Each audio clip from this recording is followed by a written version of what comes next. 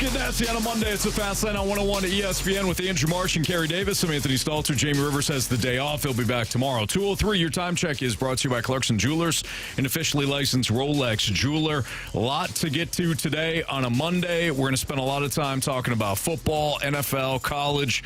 Spend some time discussing Mizzou. We will talk about your Cardinals. Illinois. Big weekend for Illinois. 25. There you go. So you're welcome, CD. Thank you. All it took was CD to get back in the program, and here we are. You said That's it, right. Yeah, I didn't. Here we are. You said it. I kind of figured that maybe the AP voters looked at it and they said, hey, you beat Central Michigan. Yeah. You probably deserve to get into the top 25. That's the way I looked at it. I agree. Yeah. I mean, fire up chips. Fire up chips. Yep. A lot of field goals. Yeah. No, congrats, man. You had a big weekend. You guys both had a big weekend. Illinois doing what they did. They cracked the top 25. Mm-hmm. Marsh he's all Minnesota Vikinged out here as Sam excited. Darnold puts on a show. I don't, yeah. Again. Justin Jefferson is a little banged up. See how that. He's day-to-day. He'll be fine. He'll be back. Good. He'll be good. You got Naylor. That guy is fast. He is very fast. How about him on the Justin Jefferson play where he comes out and I think Justin Jefferson scores no matter what. Yeah. But him just racing down the field just to get in front of the defender, just 2 seconds there. Also, somebody needs to give that referee a PTO or something, because that guy was also flying down the field. That referee was fast. He can move a little bit. Yeah, but Naylor, great speed, great catch in the fourth quarter. Great throw from Sam Darnold. I'm a happy camper on a Monday. Vikings 2-0, Illinois undefeated. Never a doubt. Pittsburgh 2-0, never a doubt. Never a doubt. Pittsburgh 2-0. I mean, we scored one touchdown. They've got one touchdown. I was a little off. Don't worry about that. I was a little off on that. I said second quarter they'd score. They scored like late first quarter yesterday in Denver. So why don't we start off with the NFL Week 2 instant reactions? We got to start off. I mean, look, the Vikings storyline yesterday, they beat the 49ers. What happened in Kansas City with them and the Bengals, that's another storyline. But for me, we got to start off with the Ravens. How do you lose that game? Forget the actual opponent, right? The Raiders stunk against LA and the Chargers in week 1. For the Ravens to have extra time, home opener, you don't want to go 0-2. You've got a 10-point lead early in the fourth quarter. This is why you have Derrick Henry. He was supposed to be the missing piece so that you run the football when you have the lead, salt away the clock in the fourth quarter, and win games. Devontae Adams and Brock Bowers are the only things that the Raiders have offensively, and those are the only two guys that beat you in the fourth quarter. I don't understand the play calling. You know, they get the ball back after the Raiders tie. You got plenty of time. You got 3.5 minutes left, and they decide to run a pass play where Lamar gets sacked. Now it's 2nd and 19. Forget running the ball. I mean, the Ravens look like they have completely lost their way. I don't want to go overboard since it's only week 2, but this does not resemble the team that it did a year ago. Well, it helps if you decide to block Max Crosby. Like he is a ball player. That pass you're talking about, the sack was Max Crosby. He's the one that got back there. There's not much you can do as a quarterback, as an offensive coordinator, if the offensive line is not going to protect up front. Like if he continues to get pressure, which he had 4 tackles for loss, he had 2 sacks. Like he is in your backfield almost every single play, causing havoc. If I cannot block him, I have to figure out a way to scheme him up. They tried running at him. Again, that's where those tackles for loss came from. Yeah. And you have to, when you have great players on the opposing side, your focal point has to be to figure out how we keep your quarterback clean when you got a guy that is able to do the things that he does off the edge, whether that's chipping with a running back, whether that's keeping a tight end in next to the tackle and forcing him outside, don't give up the inside. You have to do something to make sure that you alleviate the pressure that he is getting, and they were unable to do that. Baltimore has lost, I believe, 11 games with the lead in the fourth quarter of 7 or more points. Like they find a way to lose those games. I think it was Seattle last year that they lost a big one as well. Like they find a way year after year to not hold on to the lead. And to your point, Derrick Henry was supposed to alleviate some of that. I don't subscribe to always running the ball on first down, so taking a play action pass or taking a shot. But you have to be able to protect your quarterback. And people will get frustrated with Lamar.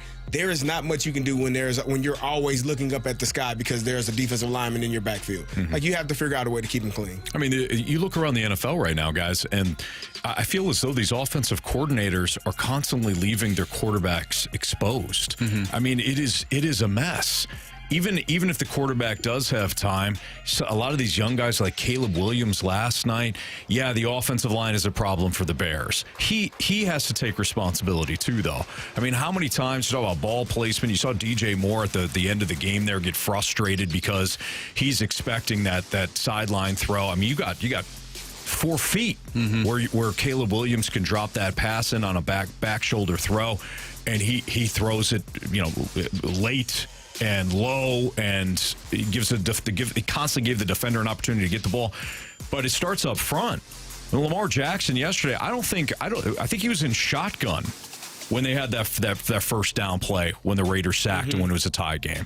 To me, that's one of the biggest moments in the game. So you're not scheming it up. You're not protecting your QBs. The quarterbacks, they don't know how to slide protection. I mean, it starts with, do I have enough time to throw the damn ball? And this is a league-wide problem right now. Yeah. I wonder if some of these coordinators think that their quarterback can scramble and do a little more than what they're capable of. Now, obviously, Lamar Jackson can do that, and we've seen that happen. But we see more and more of these quarterbacks come into the NFL, and they are dynamic. They can do, not only can they throw the ball, but they can run. So I wonder if they're, if the protection breaks down, they'll just run for, X amount of yards and we'll be fine. Well, if that's your plan as an OC, that is a dumbass idea. And I'm not saying it is, but it kind of feels that way. Yeah, you almost get bailed out or something. Yeah. They're hoping to get bailed out, I should say. So, the Ravens were in utter shock yesterday. How about this, too? I mean, I'm going to recognize it right now. The Saints are legit. That was not Carolina that they beat the crap out of. No. You know who it was, though? Who's that? Mike Zimmer.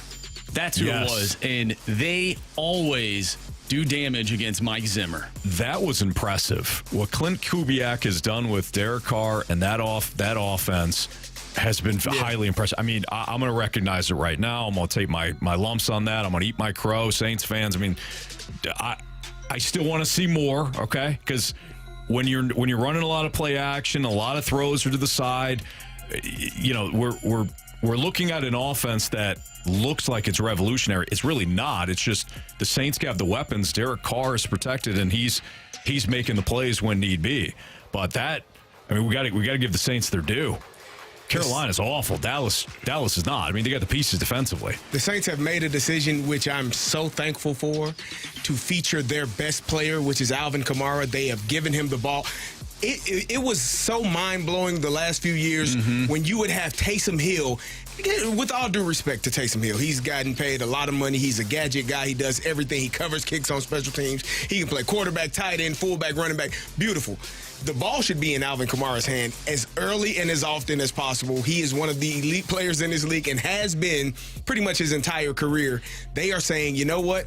Let's get rid of the gadgets. Let's hand the ball off to our best player to the tune of 20 times. Let's throw him the ball in the pass game because he can go and get a 57, 60-yard catch and run and score a touchdown. He is the most dynamic, one of the most dynamic players in the NFL, and has been kind of relegated to allowing them to let Taysom Hill be featured the past few years.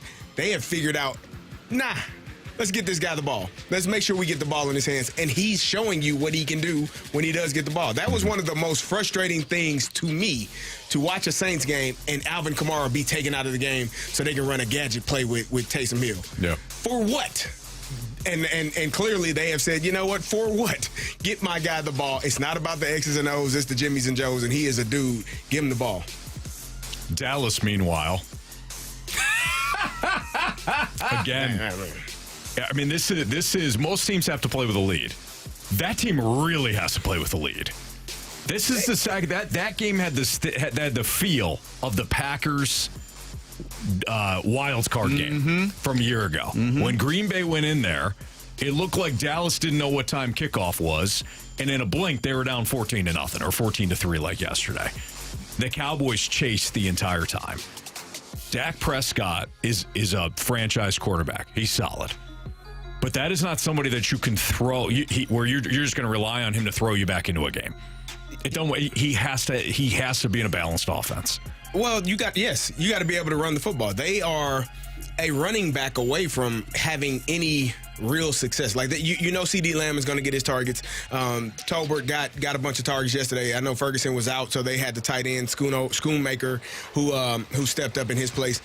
But they don't run the ball effectively enough. The last 2 years ago when they had Zeke and they had Tony Pollard, that was that combination. Then they said, okay, we'll let Zeke go and we'll just run Tony Pollard. He was unable to do it by himself. You know what? We made a mistake. Let's bring Zeke back and run him without. Like, they have to figure out a way to consistently run the football, because I don't think Dak is a guy you want to throw the ball 40 times, 45 times a game. No. Now, he got the money to be paid to throw the ball 45 times a game, but you're not going to have a lot of success that way. Yeah. Like, you have to have a balanced attack, and the Cowboys don't have that right now. And defensively, they got bludgeoned. Like, they got taken to the, like, the Saints. The game plan was not. They had no game plan yesterday. We're going to do whatever we want to do, and the Saints are going to run the ball at you and run it down your throat and pass when they need to. This is the Derek Carr that I expected to be last year. Mm-hmm. Now I got off the Derek Carr bandwagon. Now he's showing us that, you know what, I can play this game a little bit. And it's really good for them, good for the Saints. All right, real quick. It won the Buccaneers, another impressive victory. So, like, the NFC South now, the Saints and the Bucs, that's going to be fun for the NFC South. So we'll talk about the Bucs at some point, I'm sure. But what did you guys think of the ending with the Chiefs game? Because to me, that's a clear pass interference. He goes over the top. A little early. The DB has every right to the ball, as does the receiver. And if you look at it, Rashee Rice, and he's not doing it intentionally, he's bagging up to try to go high point the ball, and the DB is going into him. So they're both, Rashee Rice is bagging up, the DB is going forward to try to make a play on the ball. He did not run through him. He's not even looking at Rashee Rice. He's also trying to high point the ball, going to make it, and in the process, he runs into Rashee Rice's back. I think that that's a no call, in my opinion. Do I think that that's what cost the Bengals the win? No. They had plenty of opportunities in that game. You know, one of them being when I think Jamar Chase got that personal foul or unsportsmanlike, and that pushed them back and they had to kick a field goal. You were right there a little bit closer to get the first down and keep the drive going. Yeah.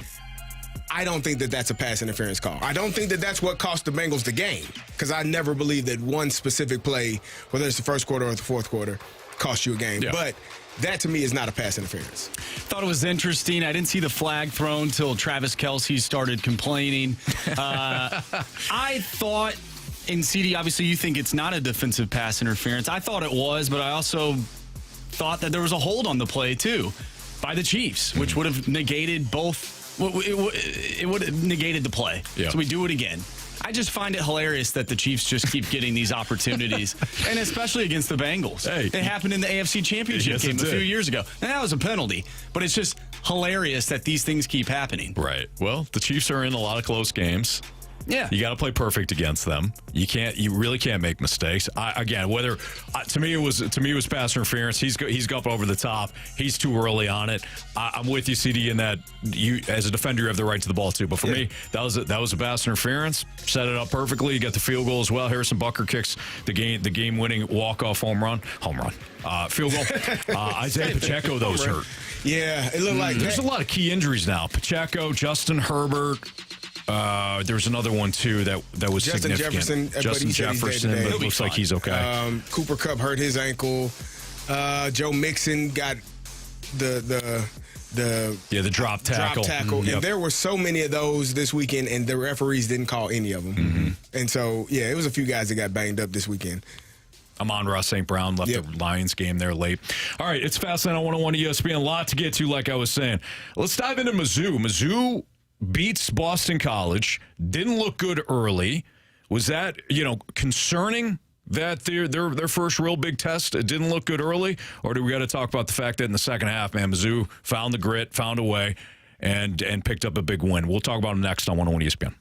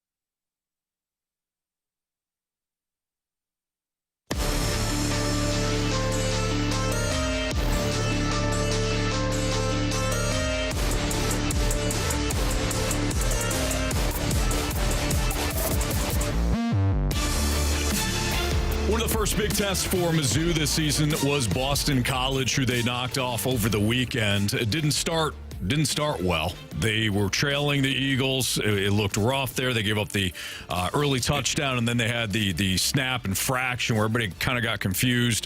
Allowed not one but two guys to sneak down the sidelines, and Boston College opened up a 14-3 lead. But, guys, I thought Andrew Marsh, Carey Davis, I'm Anthony Stalter. I kind of thought that things changed when Mizzou got back into field goal range right before half, and then they were able to convert on that long field goal, and then things just kind of settled in. I also thought that the way that Mizzou attacked Castellanos in the second half was a lot more effective. They were aggressive. They didn't let him, stay comfortable in the pocket, as opposed to just trying to keep him at bay and allow him to, take some time to find some open receivers. I thought they were more aggressive in the second half, and it wound up working out really well. What was your big takeaway from Mizzou's win? So I thought it was good that they, were challenged early and were able to get back into the game. I think that, I think Marshy texted us at, it was 14-6, 14-3 at one point, and Marshy texted us like, oh, okay, Mizzou. And so, they were down early and they were able to fight back. You don't want to be down, but that's a ranked team, and I still don't know how good Boston College is going to be. I think we'll know as this season continues to go on. But the fact that you were able to come back in a game where you were down early and were able to claw your way back into it, turn over the quarterback a couple of times, who is probably one of the better quarterbacks in their conference. He's going to be, one of the guys that's talked about, Castellanos. So I'm happy that they were able to figure that out. But I also wonder how, because they dropped the spot in the rankings after that tough battle, which I think going in, I don't know what the point spread was, but I know that they were favored. I want to say they were maybe 14 and 13, somewhere around there. I can look that up. But I was pleased that they were able to come back and get into that game. But I think, there might be a few more questions than answers after that game. Again, good win. You should have won. You're at home. Again, it's a ranked team. I know Mizzou fans, Carey, you're being too hard. But that's a team, in my opinion, you're 14.5-point favorites. You shouldn't be down 14-3 to start that game. Yeah. So, for me, it's just kind of, it was a good win. Win is a win, but I think a more definitive win would have been nicer. You look at Tennessee is definitive in all of their. Yeah, they have been. They might be the only ones, though, I don't care so who far. They might be. I don't care who they're playing. Them in Miami. They're kicking the hell out of people. So I just would have liked to have seen more of a definitive win from Mizzou this weekend. Yeah, I get that. I understand that aspect of it. I do. I think, though, when I watched the game and then I rewatched it and then dove into a lot of the numbers, it really, again, the one touchdown that Harris scored, the 67-yarder, that's just that's a breakdown. It can't happen, but it's not like it was. Quite frankly, I thought the last touchdown was worse. Like, I don't know what the safety's doing there. I don't know if it's a miscommunication, it's a coverage breakdown, but that is just a zone beating route concept that the safety misread. Or again, he wasn't on the same page as the corner. He thinks the corner's going to drop back, but that I thought was worse, because that was a clear breakdown, something they're going to see each and every week. Right. The touchdown to make it 14-3 was just kind of fluky. Yeah. But I thought they ran the ball well. Cook showed some grit on the one run, and you know what? When they really needed some plays, who stepped up? Luther Burden. Yeah. Luther Burden made some big-time plays. So the athleticism was there. The explosiveness was there. When they needed him the most, he delivered. 440 yards to 298. No turnovers for Mizzou. 2 for Boston College. Right. 22 first downs to 16 for Boston College. And a time of possession was dominated by Mizzou. I get it. They didn't cover. Last touchdown kind of blew that. But ultimately, I thought that their first test was fine. I thought that all in all, Mizzou outplayed Boston College. Yeah, I thought the game changed when Luther Burden caught that ball, went in for the touchdown, made a nice move, and I thought, okay, here we go. This is where Mizzou starts to make their way back into this game. They're finding their rhythm. You talked about the rushing yards that Mizzou had. Boston College, pretty good through 2 weeks at not really giving any teams a lot of yards on the ground. And Mizzou, with Noel and Carroll and then Brady Cook sprinkled in there as well, 176 yards on the ground. I thought they did a good job there. And then, like we just talked about, Luther Burden, your best player that's what Mizzou is all about, right? Last season, we're like, you need to give this guy the ball towards the beginning of the year. Absolutely. And then they did, and we saw what happened. They did yesterday, and we saw what happened. So I'm not too concerned about Mizzou. I do think when you look at other teams around the nation, when they do end up playing some of these teams, I think there is a little cause for concern, but overall, you get the win and you get out of there and you're 3-0. That's the part for me, the cause for concern when you're playing better competition. Like, and not that Boston College, I don't know what they are yet. I think, it's still early in the season, but if you get down 14-0 versus Ole Miss, 14-3 versus Ole Miss, it's a wrap. If you get down 14-3 versus Alabama, forget about it. If you get down, you can continue to name a bunch of Tennessee, a bunch of teams in the SEC where if that happens, it's going to be a tough task to come out of that. So, all in all, good win because you did your job. You did what you were supposed to do. But I just would have liked it to be cleaner and more definitive to start the game off. I love how they finished, but not the beginning of the game. I do think they'll be fine. Like, I'm looking at their schedule. A&M, who's ranked, I think they can take care of A&M. Yeah. Well, they got Vanderbilt coming up next. You guys see what Vanderbilt did on Saturday night? They went to Georgia State and they lost outright. I think Mizzou will be fine for at least the next few weeks. Vanderbilt scored to take the lead with a minute and 14 left, and they allowed a 25-yard touchdown to lose to Georgia State. Like, I think Mizzou is going to be fine schedule-wise. I agree with Texas A&M. The one that kind of stands out, obviously other than Alabama, Oklahoma, we'll see what South Carolina looks like at the end of the season. Yeah. I thought They played LSU tough, man. They did. Honestly, they should have won the game. Yep. Quite frankly, there were long stretches of domination from South Carolina over LSU, and LSU's got a lot of issues, especially defensively. But anyways, Mizzou picks it up. I like the fact that again their first real test they played very well in the second half. They got Vanderbilt coming up on Saturday before they start their road schedule at Texas A&M and then at UMass. We're also going to get into college football. Some takeaways too. I saw somebody in the Snake Pit mention this with Georgia. Georgia nearly lost to Kentucky. They won 13-12. They should have lost too. They should have lost smokes. So we'll get into kind of the parity of college football because this seemed. We thought it was going to be a wide open year. I think we undersold how wild and wide open this could be. We do have what's trending coming up next in the Fast Lane.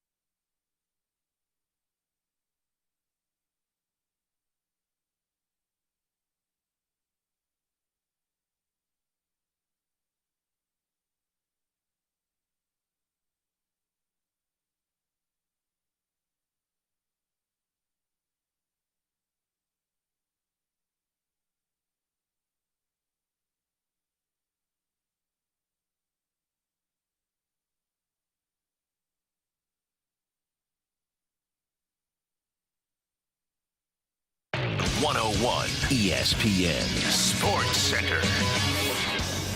I'm Andrew Marshy. It's time for a Sports Center update driven by Johnny Londoff Chevrolet and Johnny Londoff Autoplex. The Cardinals were swept in Toronto. They'll have a chance to get back in the win column tonight as they take on the Pittsburgh Pirates. Paul Skeens on the mound. He's going up against Andre Palante. First pitch is at 6:45. City SC, they fell 3-1 to Minnesota. They'll be back in action on Saturday, taking on San Jose with a start time of 9:30. And tonight, we have Monday Night Football for you. It's the Eagles taking on Anthony's Falcons. You can listen to that right here on 101 ESPN with the pregame starting at 6:30. We have What's Trending coming up next. I'm Andrew Marsh, and the Sports Center update is driven by Johnny Londoff Chevrolet and Johnny Londoff Autoplex. See them at londoff.com. Chevy, together we drive. Are you kidding me?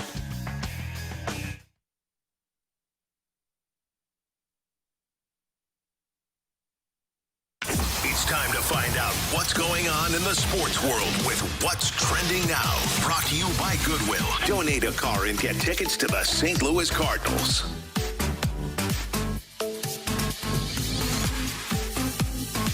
Welcome back to the Fast Lane here on 101 ESPN with Anthony Stalter and Carey Davis. I'm Andrew Marsh, and it's time for What's Trending. Gentlemen, Bryce Young has been benched. Andy Dalton will take over for the Carolina Panthers when they take on the Raiders next week. Good move, bad move? What do you guys think? I feel bad for him. I feel bad for a young man that, drafted first overall. Obviously, anytime your team is drafting that high, you're probably not a good team. Definitely. Not surrounded by a lot. But he has looked bad. He has looked unable to complete passes, whether it be in the pocket or on the run. I don't know if he's looking at the rush. I don't know if he's, concerned about. But even when there is time, he's throwing the ball over receivers, underthrowing them. It's not really good.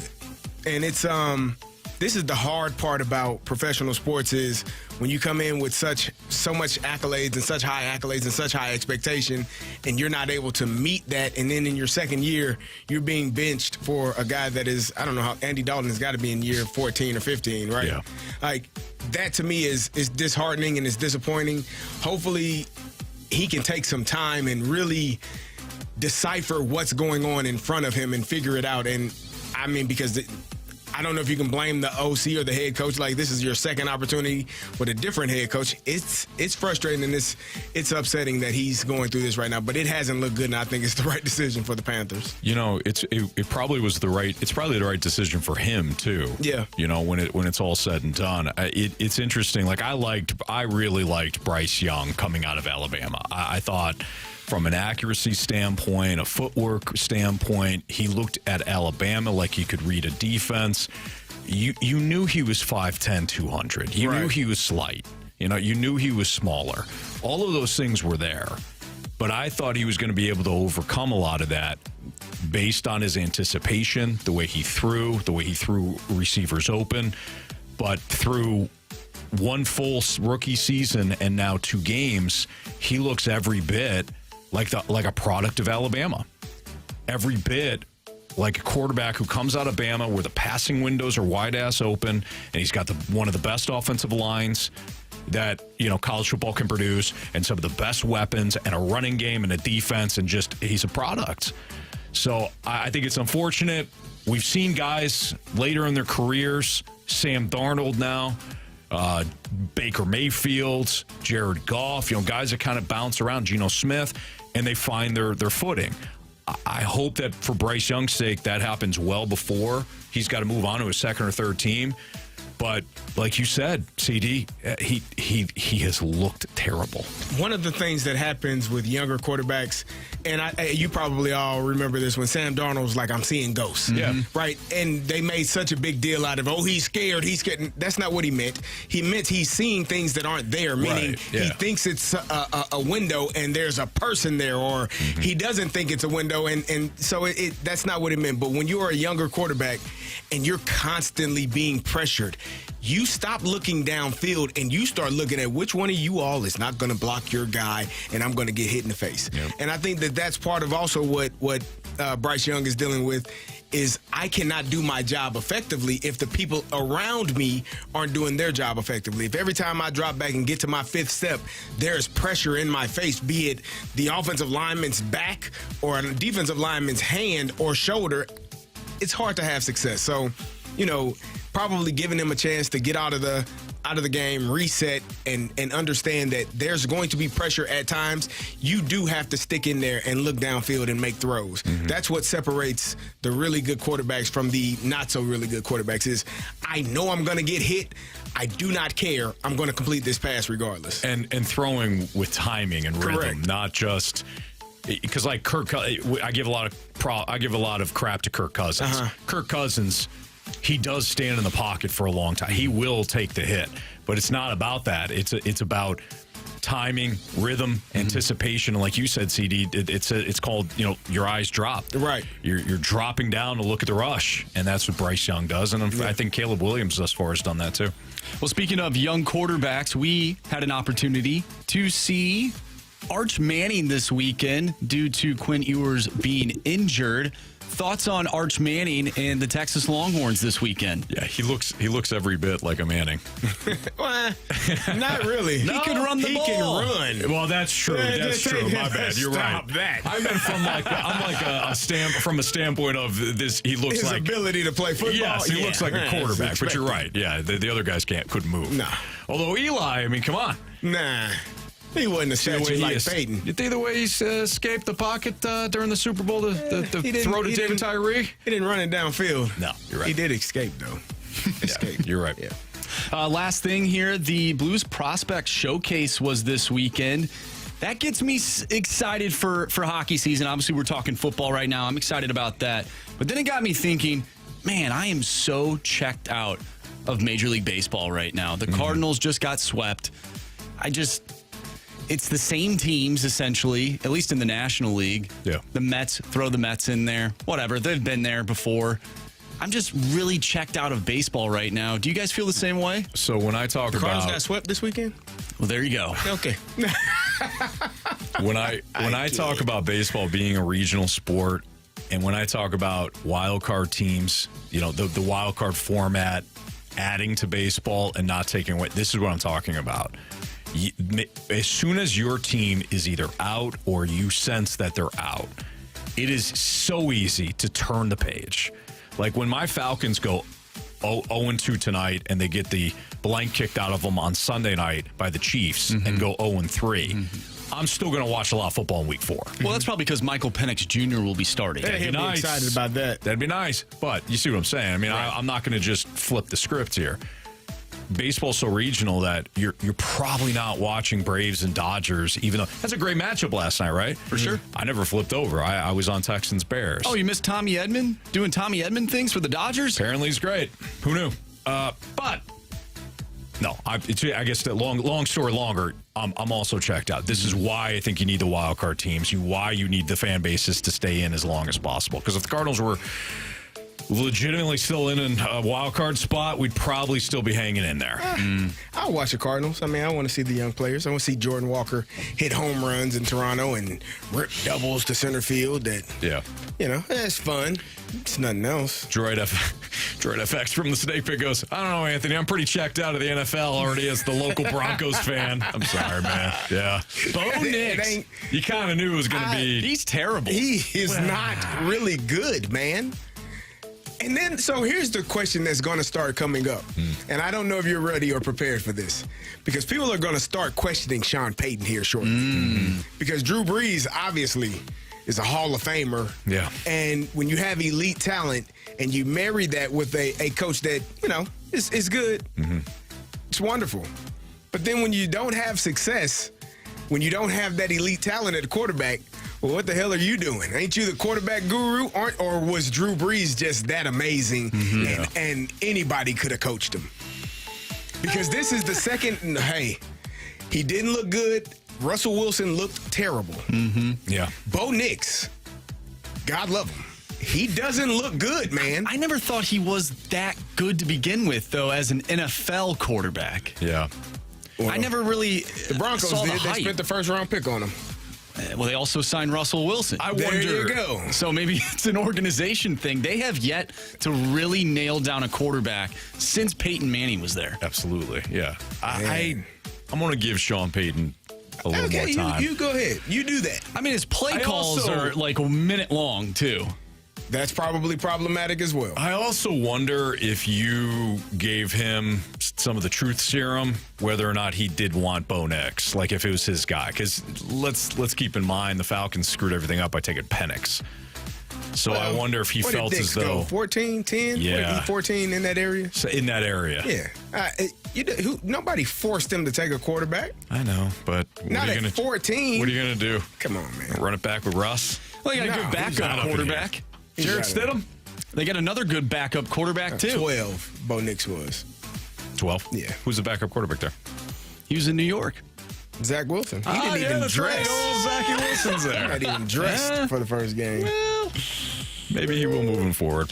All right, it's the Fast Lane on 101 ESPN. Does Thomas Saggese have a spot on the Cardinals roster come opening day? We're going to get into that next on 101 ESPN.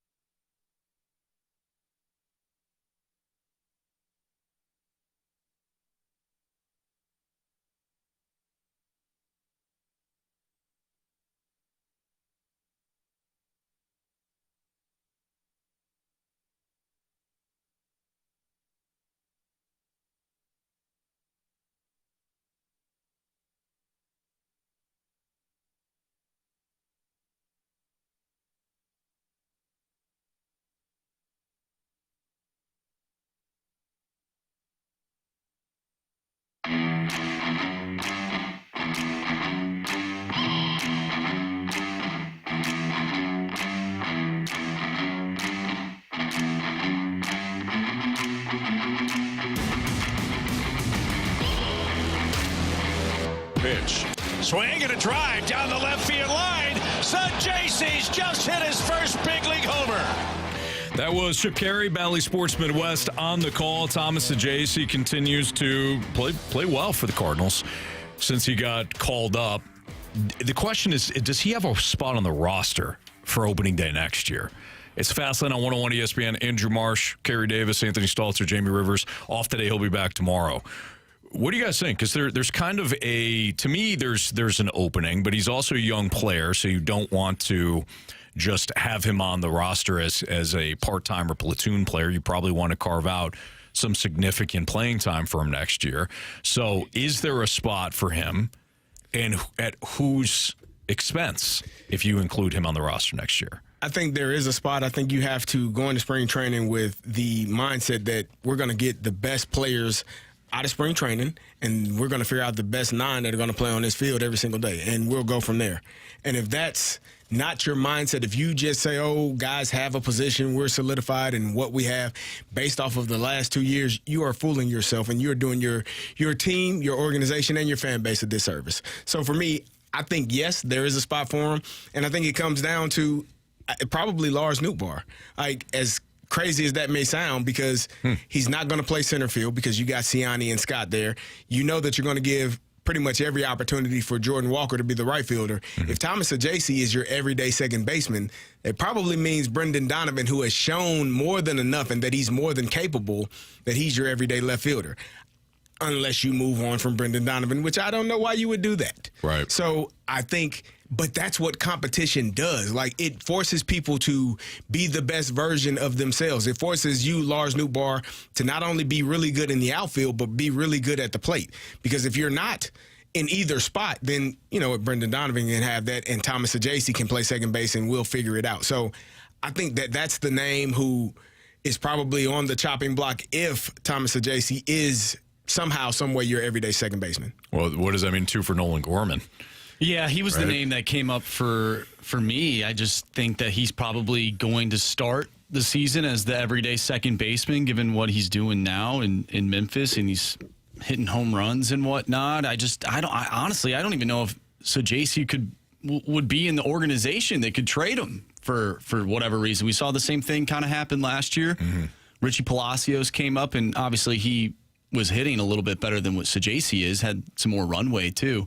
But yeah, I don't really know if he is a starter on this team. Perhaps he could take that spot that Jose Fermin has. Because, I mean, do we really need him? Right. That's the other avenue that you can go down, right? Like, Luken Baker's on the roster now. Luken Baker can be replaced by Nolan Gorman. If you want Gorman on your roster next year, well, he occupies that spot. Like you just said, Jose Fermin is your utility infielder. Yeah. So I think Thomas Saggese is more upside. I think you don't put a young player as a bench player. Like, I just don't think that unless you don't see him having the potential of being a starter. If you think that this player is a starter, then he has to play every day, especially if he's younger. So for me, the route that they probably should go is Alec Burleson at first base, Nolan Gorman as your DH, and then Thomas Saggese, if he plays out and it goes the way that you expect it to, as your everyday second baseman. It probably won't play out that way because they'll probably bring Goldschmidt back, which means either Burleson, Newt, Gorman, one of those guys is going to be on the outside looking in. Again, not a problem for me because I think competition brings out the best players. So I have no problem with them having a competition, an open competition, and let the best man win. And I honestly think if you asked every man on that roster, if you were saying, hey, it's going to be an open competition, I think every person would say, all right, bet, let's go. Yeah. Because that's the nature of being a professional athlete. I do think that this offseason is going to be quite entertaining. I think it could be more entertaining than the season was, quite frankly. Now, that could be for good reasons or for bad reasons, but the entertainment value will be there given that this team is in a position that we really haven't seen in quite some time. So I do find these kind of conversations to be very intriguing, and I hope that the front office is having the same kind of conversations that we are. Not saying that we are Pobos or GMs or any of that, but I hope that they're having these conversations. It's also kind of the problem, right? That's why I chuckled. I feel like we have had these conversations before about these young players, and it's, Thomas Saggese has not shown anything thus far at the big league level. I mean, he hasn't. There's been flashes, but he's batting 174. He's batting 174 with the WRC plus of 28. I mean, we're not. He has even shown enough to have that opportunity to even start next season, on the bench. To me. The Cardinals have constantly had these roster issues where they want to see a little bit more out of a player, but they don't also have enough runway for him. And then they also have this veteran that is not old enough to just kind of cast aside like a Matt Carpenter and, hey, you're a bench guy. Right. He's not young enough where he's a prospect anymore. Like, I don't know what we do. Throw him to Tampa. Like, show him that they trade him to Tampa. They're constantly in this spot, I feel, with the roster. Well, that's why I said I could totally see him being traded because he hasn't really done all that much. Right. In the amount of time that he's been playing. Plus, he wasn't drafted by St. Louis. Mm-hmm. He was he came via the trade. Yeah. So maybe they look at it and are like, well, we gave him a shot. He wasn't one of our guys to begin with. We got him, in a trade. Mm-hmm. We'll trade him away for a reliever, and that reliever will be here for a year, and then we'll just keep seeing the same stuff over and over again. It could be one of those deals. I hate it.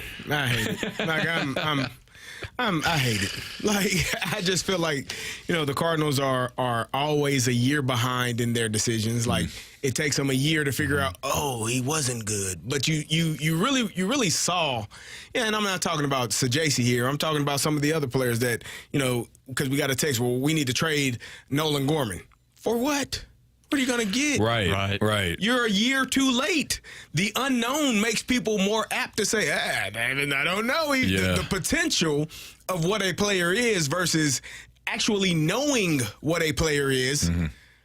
Yeah, it changes people's perception. So you're going to get a Dylan Carlson deal in return, and then you're going to DFA that guy after 3 weeks. Right. How many of those are you gonna make? Right. Like, how many of those types of trades are you going to make where you hold on to a guy too long and then you don't get really any value for him?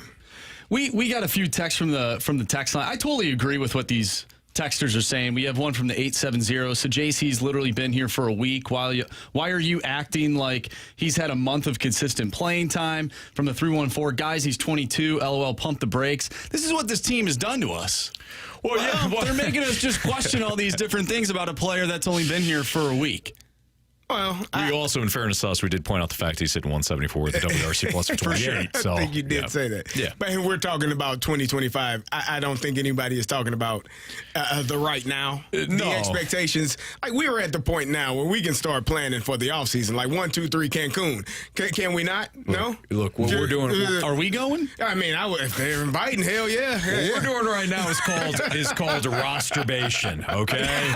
We're playing with the roster. Don't really get you anywhere, but it can be fun. Like, that's, you know what I mean? Like, that is what we're doing. It's called rosterbation. At least 3 times throughout the show. Exactly. Oh, yeah. Just to fill some sort of need, for baseball. There you go.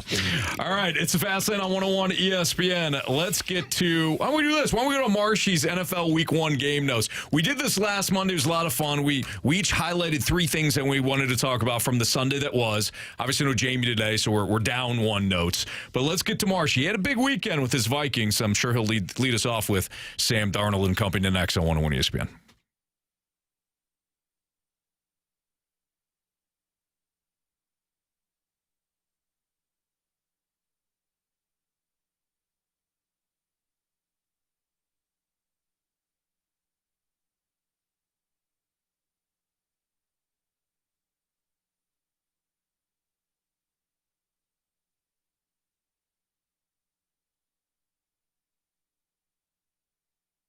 All I always enjoy coming off a weekend and heading down to the Missouri Athletic Club. It's a great spot. It's not just a workout facility, right? Like you have gyms everywhere. What the Missouri Athletic Club does is whether it's me as an individual taking advantage of the club amenities, or as you know, my family, my wife, my kids have experienced different clubs, whether they're using the pool or they're getting involved with certain lessons. The Missouri Athletic Club has something for everybody. And then when it comes to like the downtown location, all the events that they host, it's always done to the nines. You always know that the event is going to be done perfectly, and they have so many things going on, including with the monthly speaker series that they have.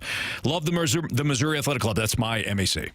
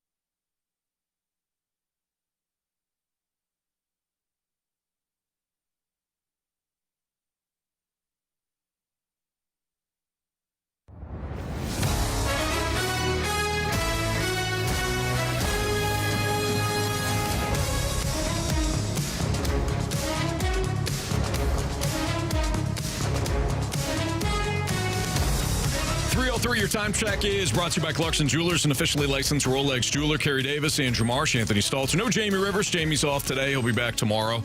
We did this last Monday where we discussed 3 things that we saw from the day that was in the NFL on Sunday.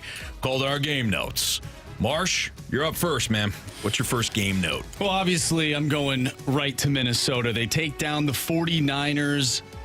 We all had the 49ers winning. I think everybody thought that the 49ers would win, even though Minnesota did defeat the Giants in week 1. They looked good, but that defense for the Vikings is legit under Brian Flores. Sam Darnold, I won't say he's legit, but he looks good so far for the Vikings. I think the Vikings could be better than what everybody thought heading into the season. I'm with you leading off with the Vikings defense. It's not that Brock Purdy didn't have time. He had time. He had time to survey the field in most instances. You could tell he didn't know where to go with the football. And not because Brock Purdy doesn't know how to, get the ball in the hands and get it to the playmakers. He's got plenty of them. But I thought that he looked unsure because of the defense that Brian Flores was working with. I mean, a lot of times he was switching up his coverages after the snap. He was doing a great job of taking away, the options that Brock Purdy did have. That first read was often gone, and then by the time Brock Purdy maybe swung around to his third read, the rush got to him. So I thought that was a legit win yesterday for Minnesota. Nothing fluky about it. And I'm with you, too. I mean, you talk about Sam Darnold. Kevin O'Connell can coach. Mm-hmm. He has made Kirk Cousins look really good. He's now making Sam Darnold look really good. That was not the Giants' defense that Darnold took advantage of yesterday. That was San Francisco's defense. And while there was mistakes made, like the Fred Warner interception from Darnold or Aaron Jones losing the ball at the goal line, I could also make the case that it could have been much worse for the 49ers. That could have been a blowout. Absolutely. The one thing that does concern me about the Vikings is the fact that they continue to turn the ball over, and then they give up points after those turnovers. That was one of the things that really bit them in the behind last season, when Alexander Madison was the running back, and thank goodness he's not on the team anymore. He's in Vegas. Come on. You didn't like Alexander? I didn't like him as a football player on my favorite team. Aaron Nice Jones. hurdle in week 1. Chandler doing well as well. So I like what the Vikings are doing, and they're making Sundays fun for me. And I think that they have a real shot against C.J. Stroud and the Texans next week. I really do. I mean, hey, you get the 49ers at home. Anything's and you possible. do that. Yeah, I'm not going to look past the Vikings. Well, speaking of the Texans, they took on the Bears last night, Sunday Night Football. My second takeaway from week 2 is that the Bears are still the Bears, and Caleb Williams is not that good. Not as good as we all think he is. I don't think so. See, I don't know what you saw, but from my standpoint, yeah, the offensive line is a problem, but so is he. We talked about earlier Bryce Young looking down at his rush. I feel like that's what Caleb Williams is doing too. The accuracy isn't there so far. The playmaking ability isn't there. It's only game 2. Okay, I'm not saying this is how it's going to be the rest of his career. But for anybody that thought, maybe Caleb Williams will be shot out of a cannon like C.J. Stroud or some of the other quarterbacks that have entered the league and had immediate success, that's not going to be the case here. Well, I think the Bears essentially just traded away or got rid of Justin Fields and have the same issues that they had when he was your quarterback. You needed to fix the offensive line, and I thought they did try to do that. They drafted, I think, Darnell Wright in the first round a few years ago when they got that pick. But it's just some of the same issues. I love when teams go out and get all of these star receivers, and the Bears have plenty. They got Rome Odunze in the draft. They got DJ Moore. Yeah. Keenan Allen was out yesterday. But when you have all of that talent and you don't have the protection, especially it is so important for a young quarterback. We were talking about, Bryce Young earlier. It is so important to protect him early, to not have to put all of that pressure on him up front to where he's seeing things. And now, as you said, his eyes go from looking at the safeties to looking at the defensive linemen. There is no success there. Yeah. There is nothing you're going to gain from looking at the D-line and linebackers while they're blitzing at you. So I think it's they just traded. They got rid of one problem for another. And not saying that the quarterback position is a problem, but they didn't fix the problem. Sure. They blamed Justin Fields, who didn't look terrible yesterday. I'm liking what old Justin's got going on here. We can figure out a way to get more than 3 or 4 yards a pop running the football. He was fine. That ball comes out of his hand pretty well. Got to work on some deep ball connections, but I'm okay. Did he throw across the middle yesterday at all? Because in week 1, he didn't throw. Yeah. He didn't throw over the middle at all. I think he threw. Freiermuth had a couple of passes that he caught down the middle of the field. Everything is in the outside. No, that was the offense from 2 years ago. That was the Steelers' offense where they just last week against Falcons, he literally did not attempt to pass over the middle. But I mean, in fairness, Jesse Bates and Justin Simmons are pretty good. But no, I think the Bears' issue is they got to fix some things up front. I will also say their running game is not good.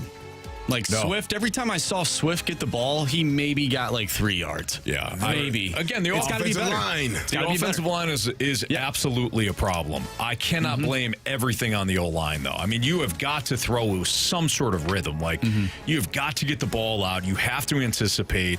Caleb Williams, to me, looks like a quarterback like a lot of young rookie quarterbacks do. Wait for somebody's open, scramble, get sacked. Oh, we got to blame the line. No, I think the line's a problem, but so is he. I think one of the hardest parts about being a quarterback in the NFL in comparison to college is you throw the ball before they're open. Like Yes. you cannot wait until you see them open because things change so quickly. There's a guy, stepping into that window, or there's a defensive lineman breathing down your neck. Like, you have to know that the ball needs to come out now, and it has to be out right now. Yes.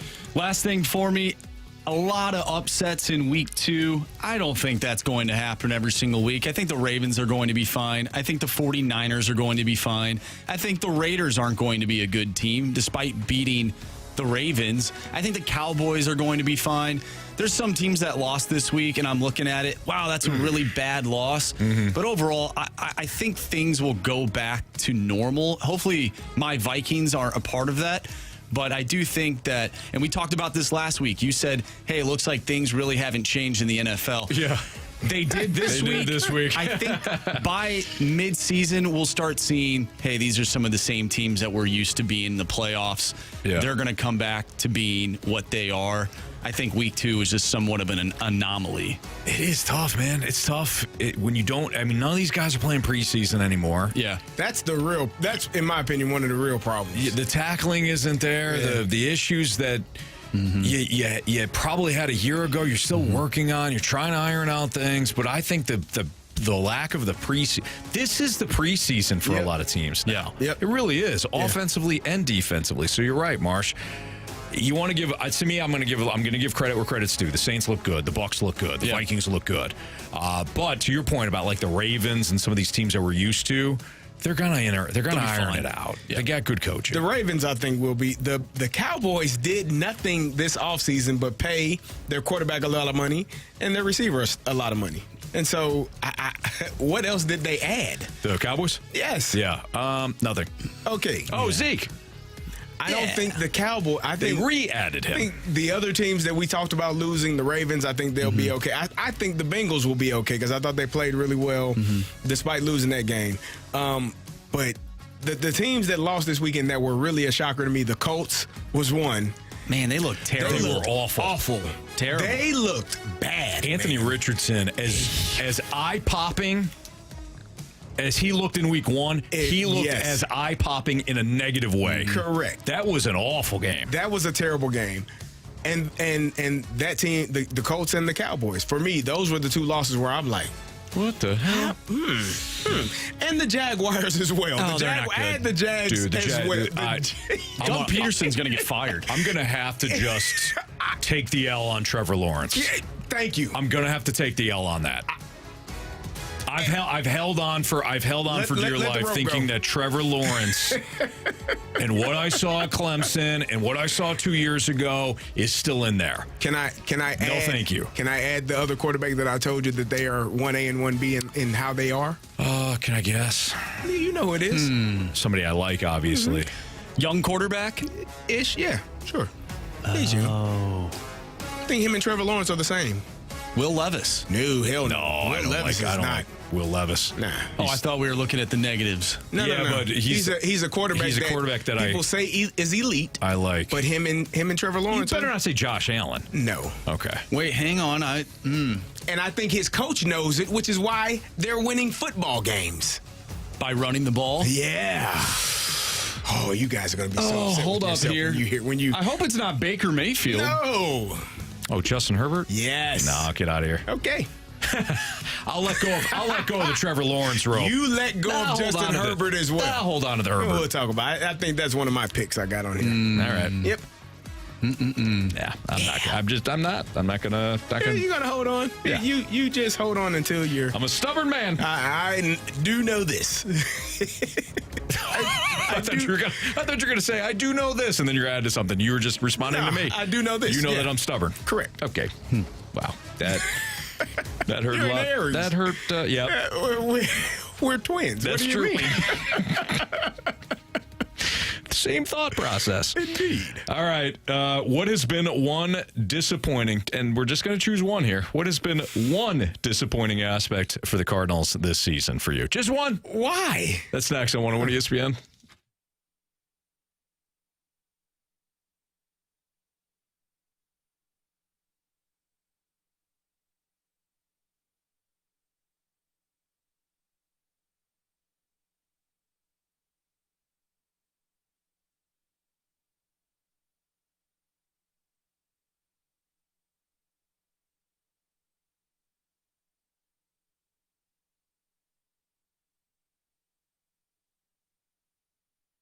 Hey, it's time to fall into savings at Auto Centers Nissan. Auto Centers Nissan, well, they're hooking you up with the best financing rates and biggest discounts of 2024. How about 0% APR on select new Nissans like Pathfinders? And my wife, Chris, and I, we have a Nissan Pathfinder that we love. Rogues, Altimas, which are my financing terms as long as 84 months. It's all happening with Auto Centers Nissan's Fall into Savings plan. It's throughout the month of September. Plus, they're throwing in thousands in Nissan bonus cash and dealer discounts. It's their lowest prices of the year. They also have over 700 vehicles all in one location. You're going to find the perfect ride. First-time buyers or anybody working with any sort of credit bumps, they've got deals for you too at Auto Centers Nissan. All you have to do, hop on I-55, short drive to Auto Centers Nissan. As always, 30-day new car return promise, complimentary lifetime warranty on new Nissans and eligible used vehicles, complimentary one-year maintenance on new Nissan purchases. Check them out online at autocentersnissan.com. When you head down to Herculaneum, tell them Stalter sent you. It's Auto Centers Nissan.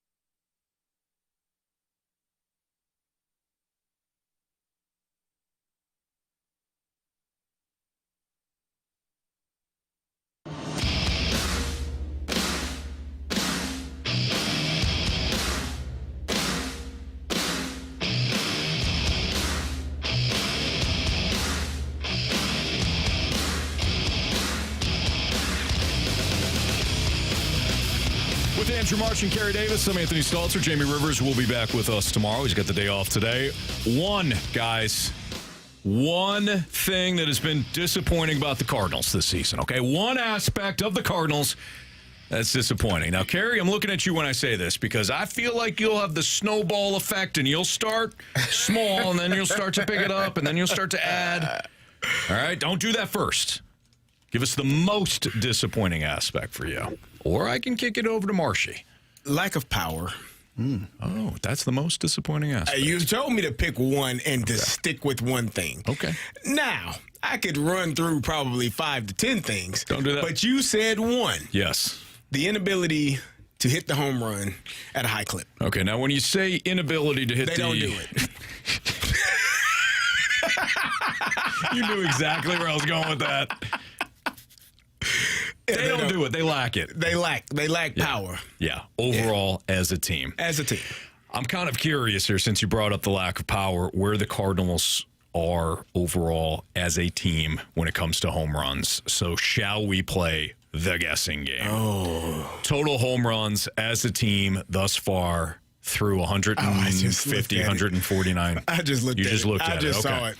Marsh. Okay. How many home runs? Yep, as a team. Okay. And where they're ranked in Major League Baseball. So for example, Okay. the Yankees, the New York Yankees, 220 home runs. That's pretty good. They lead. Okay. Baltimore, got 218. Dodgers, 208. They're the only three teams, though, that are over 200. Okay. I'm going to go with, first, I'm going to say I believe they're ranked 27th in baseball, Okay. and they have 126. How many home runs? I'll say 126. Andrew Marsh, you're actually going to be pleasantly surprised, my friend. Really? They have hit, as a team, the Cardinals, 153 home runs. Oh, there you go. I undersold them. And they rank higher than 27th. 26th. 24th. Ah. They're 24th in Major League Baseball. 153 home runs. You care to tell the teams that are beneath them? Sure. The Blue Jays, which are surprising given the fact that they have guys like Vlad Guerrero and George Springer and, who else they have? Alejandro Kirk. Yeah. If you go, Mumsy's favorite player. if you go, yeah. Boy, he delivered too on Friday night, didn't he? Pittsburgh with 144. The Rays at 136. The Marlins at 135. The Nationals at 127. And your Chicago White Sox at 119. So not a group that you want to be. All those teams under 500. Yeah. Oh, yeah. Okay. Yeah, by a long shot, too. Okay. Most of them. All right, so lack of power, I think that's pretty fair. Marsh, the one aspect, the most disappointing aspect of your Cardinals this season. Runners in scoring position has been horrendous. Now, 2 for why is that 27. important? Well, Anthony, you need to drive runners in. Is that important? Yeah, When it they're on is. second and third? Yeah, Is it? you need to score runs in order to win games. 2 for 27 this weekend against the Blue Jays with runners in scoring position. Not good. Not great. What is that average? Do we have that? 2 No, for 27? no. Point No. 2. We were told there'd be no math, Point- and you're bringing up math. 02. Quite frankly, I don't appreciate it. Okay. Yeah. I don't know what the math is on that. It's not good, though. It's definitely under 100. Oh, there's no question about that. I think it is 74. 074. Not great. Okay. Now, point Thanks, Willie. 74. Wiley. 0 would be great, but it's 0.074. Can I offer you some positive news? Sure. The Cardinals are not dead last in Major League Baseball when it comes to runners in scoring position. Where are they at? 28th. How many teams in 30. in Major League? Oh, 30. So there are 2 teams that are worse. Can I guess the 2 awesome. teams? Sure. Chicago White Sox. That's one of them. Miami Marlins? Nope. The Marlins are actually better than you. Okay, You're hold dead on. last in the National League. I'll give you a hint. Oh, dead last in the The National Cardinals are dead last Is it- with so it's runners in another scoring position. Seattle Mariners. No. Wow. Oh. Mariners are 22nd. League. In the Yep. ooh, It is- Chicago it- White Sox. And it's another the Angels. Nope. It's not the A's. Nope. They've had a little. A's are 23rd, Angels are 25th. So you're right there. right around there. Do you want me to give another hint? Sure. It's a team that I mentioned before. The Blue when it came Jays. to the home runs. No.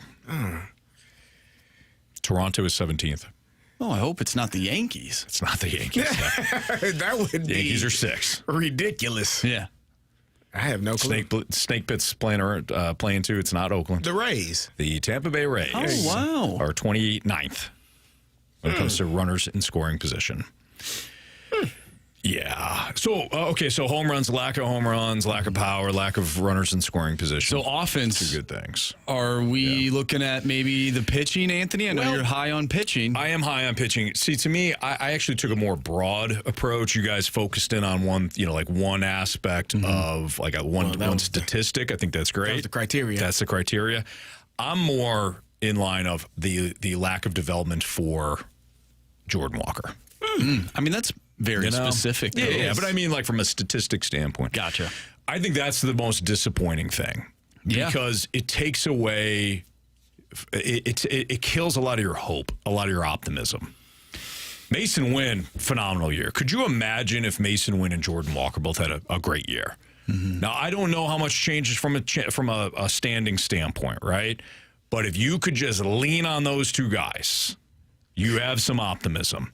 To me, it's not disappointing that even guys like Goldie and Arenado underachieved a little bit because they are, like Goldie's an older player. This is why, Carey, you and I wanted to trade him last year. I specifically said trade him to Houston. But when it comes to the young players and the lack of development there, that is problematic. If you want to even throw in guys like Dylan Carlson, although I think the Cardinals viewed him as a 4th or 5th outfielder coming into the year. I think he was dead man walking. I think the only reason he had an opportunity to potentially start early in the year is because you had the injuries to Tommy Edman. Then, of course, he got hurt when he ran into Jordan Walker. Otherwise, not great. John Scores brings up a good point, which was going to be my other one. Catcher. You only get one. Okay. No. John Scores says not being able to throw anybody out stealing is annoying as hell. That's a great one. That is a good one. That is really a great one. Yeah. Yes. I like it. The lack of controlling runners. That is infuriating. From the pitching staff and the catchers. Pitching staff and catchers. Yeah. The entire holding runners on. Like he's not even there. Right. He's not even out there. Like just take second base. That's what we used to say. That's what they used to say when you're a kid and you're pitching. Don't worry about him. He's not even out there. Right. Focus on the batter. Yeah, Cardinals do that really well. Not what you want, Carey. Yeah. To me, that's just a bad mixture if you have a bunch of pitchers who pitch to contact.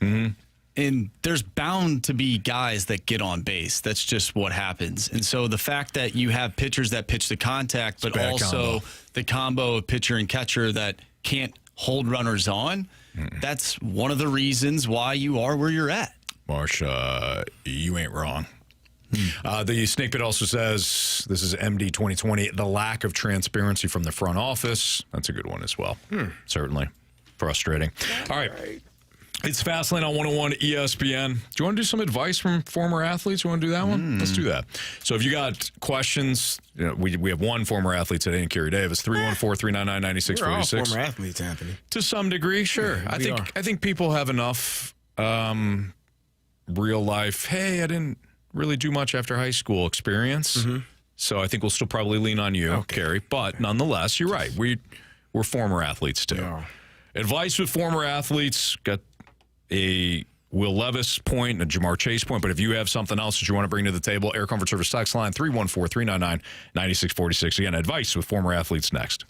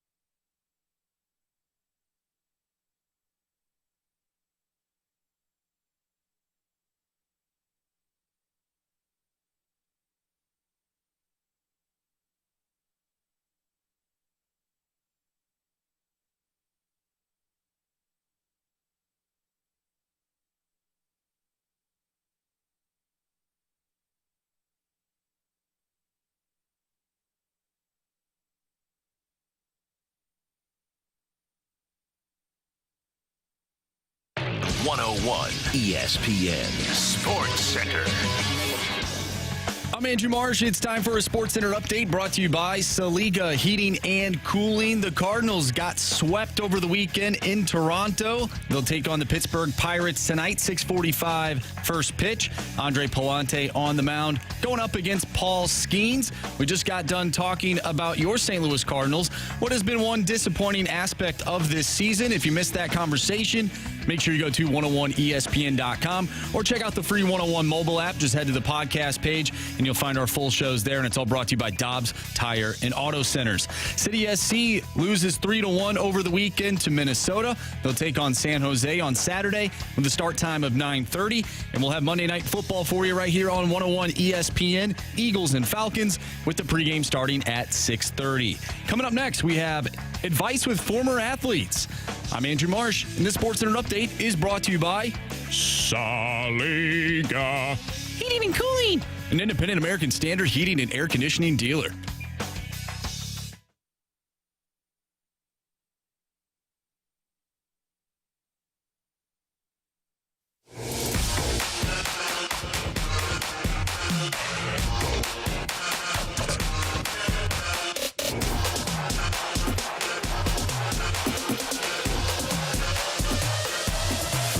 Give me some advice, quick.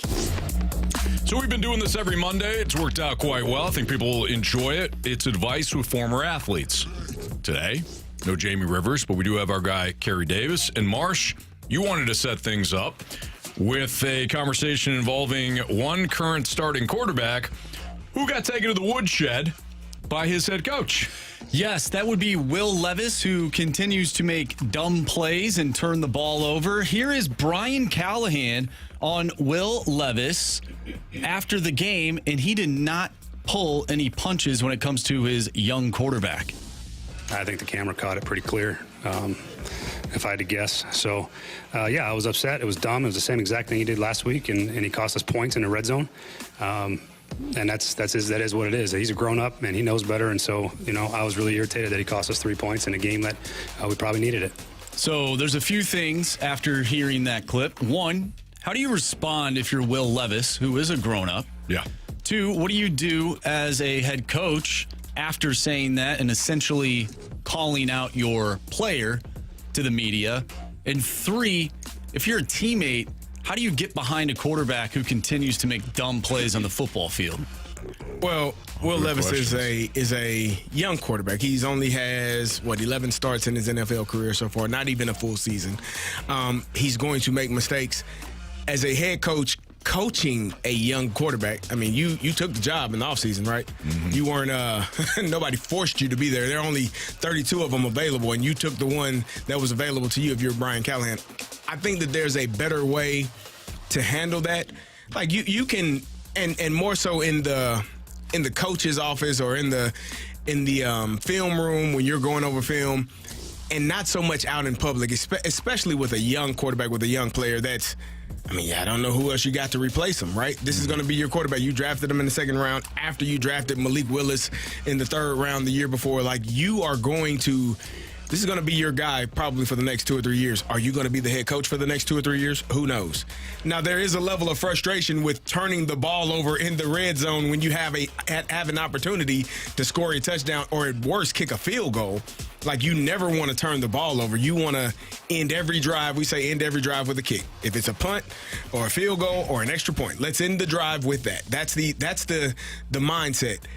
I just don't think you can call or should call out your young quarterback.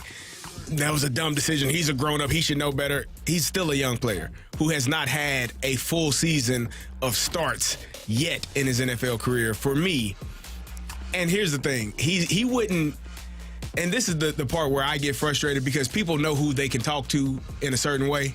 You can talk to Will Levis like that. Yeah. You can't talk to Tom Brady like that. You can't, and nor should you, but have a little bit more respect. That position is hard as hell. And when you're a younger player, and we've talked about it all day. We talked about Bryce Young. We've talked about, who else did we say? Caleb Williams. We've talked about young quarterbacks. It's hard to be successful in this game at that position. Help him understand. Now, you cannot try to. But here's what you also need to know. He's trying to make a play. Like, it was a dumb decision. He threw the ball back, I believe, to the running back. He tossed it. It was a fumble. Like, he's trying to make a play. You have to sit him down and say, hey, know the down and distance, understand game time scenarios, understand where we are in the game and on the field. We cannot make those decisions at all. Yeah. Like, this is the second time you've done it. We have to grow and be better. But you also have to give him that information and help him with that in practice. Right. Game time situations. This is where we are.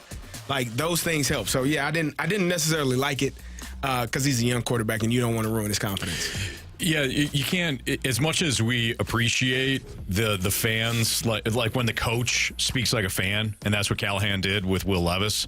We're all thinking it. We've said it. It's kind of confirming when the head coach does it too. Like, oh yeah, finally saying it.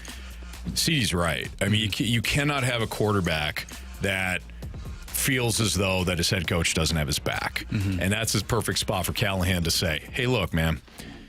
We had the Bears dead to rights. We were playing very well in the first half against the Jets. They were scrambling over there. We had them, and we gave them life. Let's play within the game. Second week in a row. Let's be smart. Let's not try to make a play when one is not there, and let's move on." It's frustrating. Like, when you want to say everything he said, and he's not wrong for what he's thinking, but the message needed to be delivered to your quarterback in a better way. Yeah. Gator said if that play would have worked, coach would have been praising him after the game. Maybe. I didn't see it. Gator, I think if you saw it, you would know that was a Will Levis special. It was no different than, I mean, we saw, it brought back memories of when Sean King did that and tossed it back to Warwick Dunn. Like, he was under pressure, and that was a game I think they were playing the Colts, and this was years ago. But it was similar to under pressure. I see a guy, I can make a play. That's all it is. It's a young player trying to make a play. Yeah. And you have to understand it from that perspective, not that's a dumbass decision and you can't do that. And have you ever played the position at that level? Because if you haven't, then you have no clue how hard it is to grasp all the things that you're trying to get him to grasp in that time frame. Sure. Yeah, it'll be interesting to see how the Titans respond after Brian Callahan called out his player. One player that's not too happy, even after a loss, a close game, Ja'Marr Chase was kind of throwing a fit on the field this week, and maybe he's upset that money's not coming his way. Upset that the team lost. Carey, you had some thoughts on Ja'Marr Chase. How would you handle the situation? I would pay him, and flat out.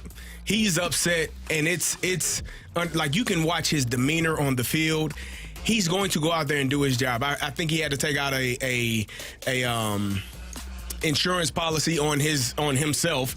You know, players do that when they don't have the guaranteed money and things like that, to make sure that if he does suffer a career-ending injury, he'll be paid, an X amount of dollars. But he is extremely frustrated, and it's starting to boil over. You can see it in his post-game, pre-game interviews. You can see how he's talking. You can see his demeanor when he's going out there and running the plays. And then he gets what he deemed as the hip drop tackle, and it wasn't called. And in his mind, all he's thinking of, if I break my leg or if I tear my ACL or if something happens to me out here and I'm not covered financially, how is this going to work going forward? And it boiled over. And unfortunately for him and for his team, it happened on after a second down play that they would have been closer to picking up the first down. They got moved back 15 yards. They got half of it, and then they had to kick a field goal, and you lose by 1 point. You sustain that drive. You pick up the first down on that third down because you're closer. Maybe you get a touchdown. If worse, you take a little bit more time off the clock and you put yourself in a position to kick a field goal. Like, he's so frustrated, and it's hard to watch because I understand that that's a young man, and his close friend just got hurt earlier in the day with a quad injury, who also in Justin Jefferson got paid. Like, all of these things are going through his mind. You can't take that penalty. But he is extremely frustrated. And if I'm the Bengals, and he said he felt like he's been lied to. Like, the expectation was that I was going to have this contract done. And people will say, well, you got 2 years left. So did Joe Burrow. And they got his contract done to the tune of what he wanted. This young man is extremely frustrated. And somebody's going to have to get a hold of him and talk to him. Like, if you're going to play, you got to play. You can't cost the team. You can't cost yourself. Let's head to the Air Comfort Service text line from the 816. Is it good to play sports year-round, or do the players need to rest or have a break? Either other sports or activities. So I think it's always good for younger players to play multiple sports. I hate now that there is so much position-specific training all year long. Like if I'm a defensive back, all I'm doing is defensive back drills all year long. I'm overusing the same muscles over and over and over again. And if you overuse a muscle, it tends to get tired, fatigued, and then that's when you usually have the injury. So for me, if you're a basketball player and you play football, if you're a football player, you play baseball, all of those movements are different in some form or fashion. You baseball, you're swinging a bat, you're torquing your torso. You're a basketball player, you're going right, left, laterally, backpedaling. Like all those things are different movements, which I think leads to having more healthier athletes. I just think when you play one sport and you're solely focused and dominant on that sport, I think it tends to lead to injuries. Yeah, I do too. It's fascinating on 101 ESPN. I completely agree with you. I mean, to me, if you are doing multiple sports, I mean, the footwork alone, yes. The footwork will help you in, soccer just as much as it'll help you in football. Like you said, the twerk when it comes to, the twerk. You can twerk if you want to. Too if you want. I'm sure that'll help. Hip flexibility, things like that. The torque needed for baseball might be the same for hockey or boxing. Right. I mean, it just, to me, using those muscles that you don't normally use because of the other sports are going to engage those muscles, I think is very important. It's Fastlane on 101 ESPN. Which 2-0 NFL teams are smoke and mirrors? That's next on 101 ESPN.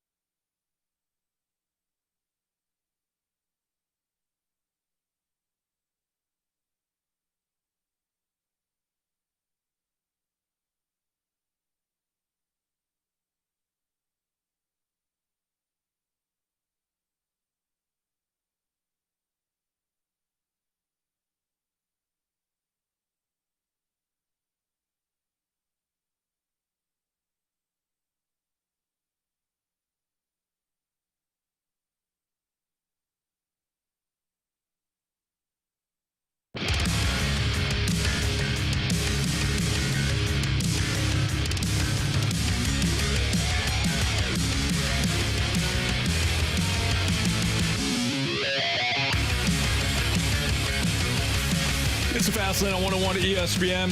Which 2-0 NFL teams are smoke and mirrors? We should probably have waited for our guy Jamie for this one because he loves to use this term, smoke and mirrors. But there's a couple of categories here. Or there's a couple of teams, I should say, a couple of candidates that fall into this. But there's only like one that I feel really good about saying they're smoke and mirrors. Like you don't believe that it's the Seattle Seahawks. It's the Seahawks. Yeah, that's easy. I think they're fine. I agree. I think they're fine. I don't think they're a bad team. I don't think they're playing over their skis. I think they're fine. Yeah. I think they're well coached. I like the Patriots. As crazy as that sounds. I know. I told you this last week. You and I were talking about we were cowards. Yeah. But we wound up being right. Yeah. We were like, we wouldn't be surprised if the Patriots are in this game. They were in it the entire game. Took it to overtime. Had every opportunity to win. But I think the Seahawks are just kind of the epitome of fine. And here's the thing, like in that NFC West, it's going to be an interesting go how it all plays out. They are the only undefeated team in the NFC West right now. That's correct. But they aren't the best team in the NFC West right now. I don't know who the best team is. I still think it's the 49ers, but the Cardinals are interesting. The Cardinals are interesting.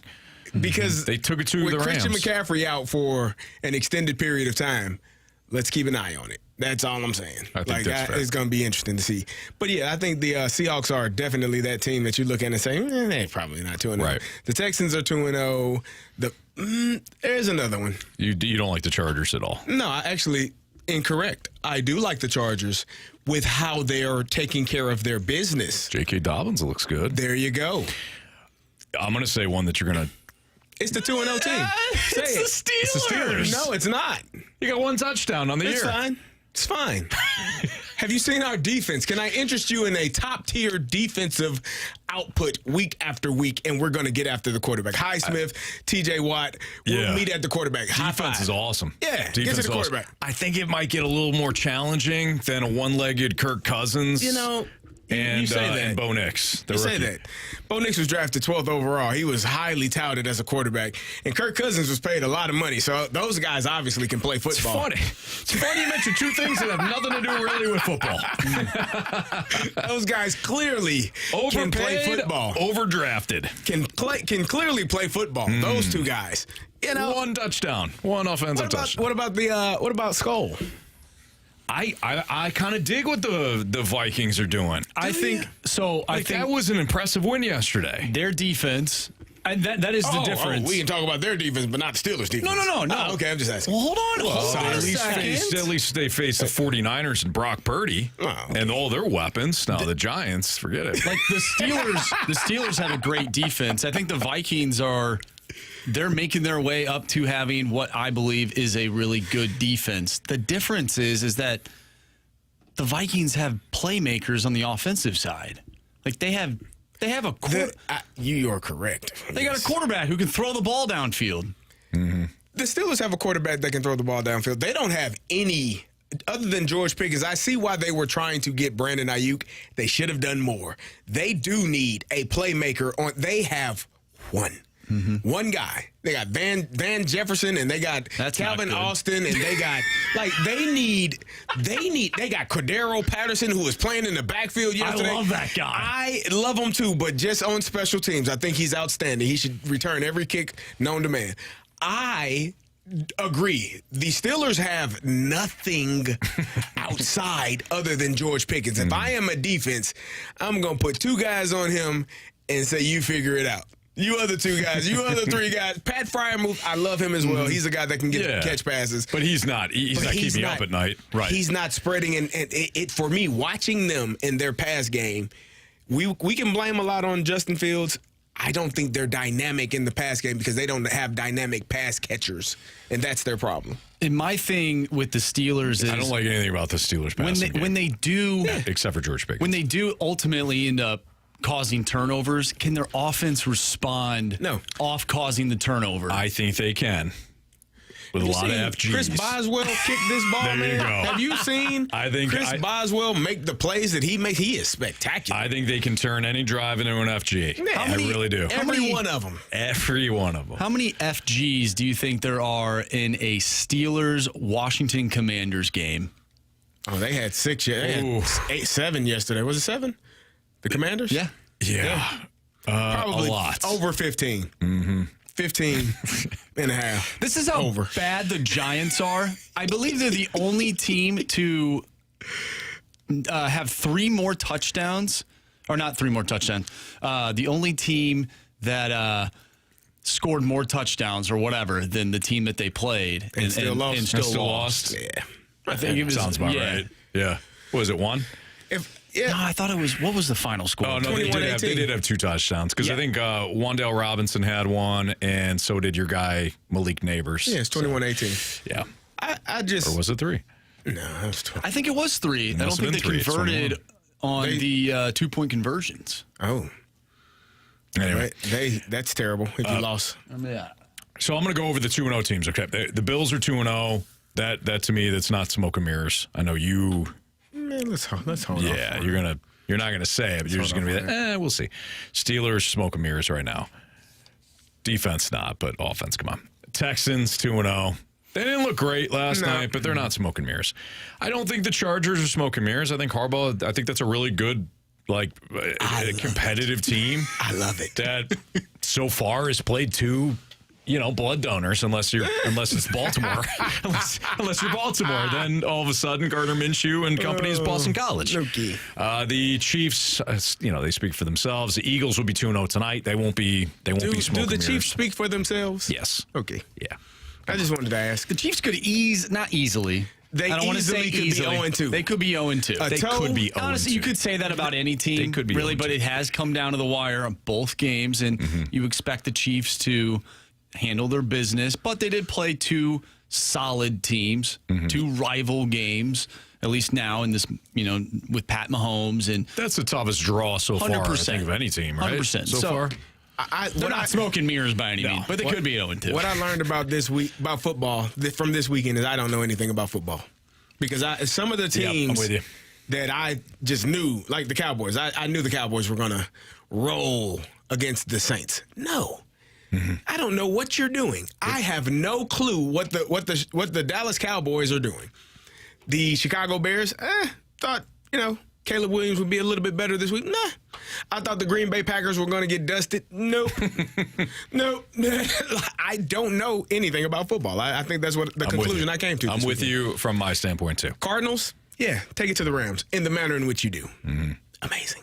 Yeah, that was complete domination. There wasn't a point where you're like, oh, this is not going to go sideways. Marvin Harrison Jr. Fortunately, remember we had the conversation that somebody asked us about the fantasy team and Marvin Harrison Jr.? Yeah. They're like, you're going to stay with Marvin Harrison. 100%. So. All right, it's Fast Line on 101 ESPN. We do need a new Gauntlet contestant. So if you want to play in the Gauntlet, text into the Air Comfort Service text line 314-399-9646. We'll play the Gauntlet next.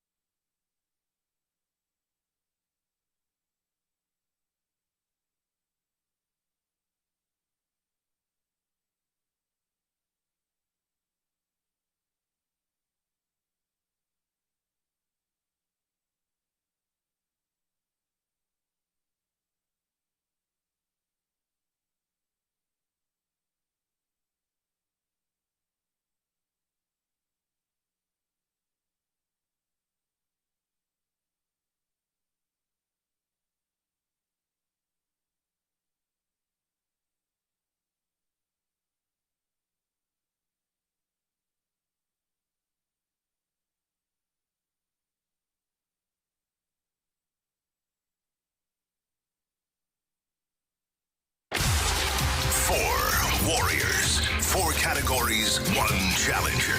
Can you survive the Gauntlet?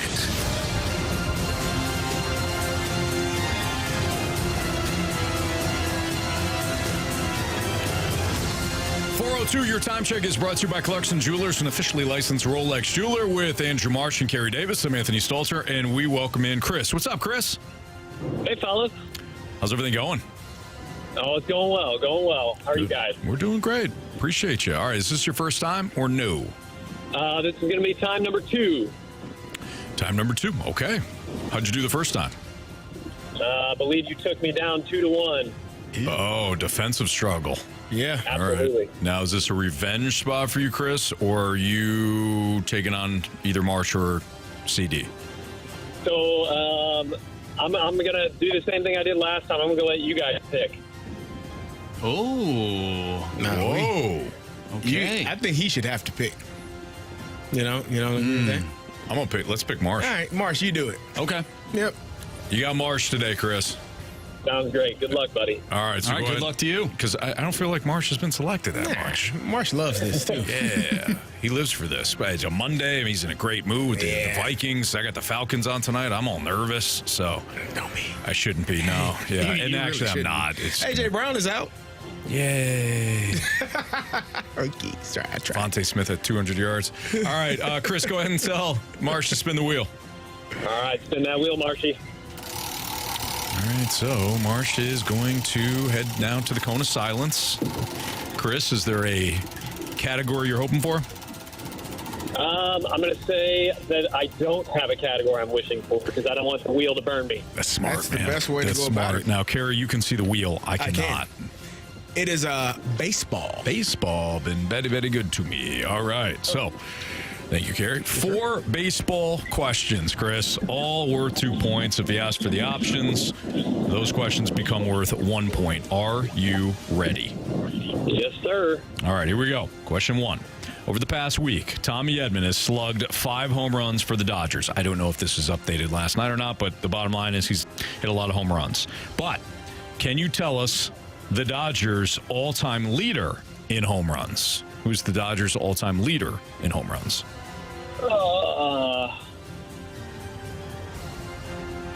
Point around a couple names, but I think I'll take the option.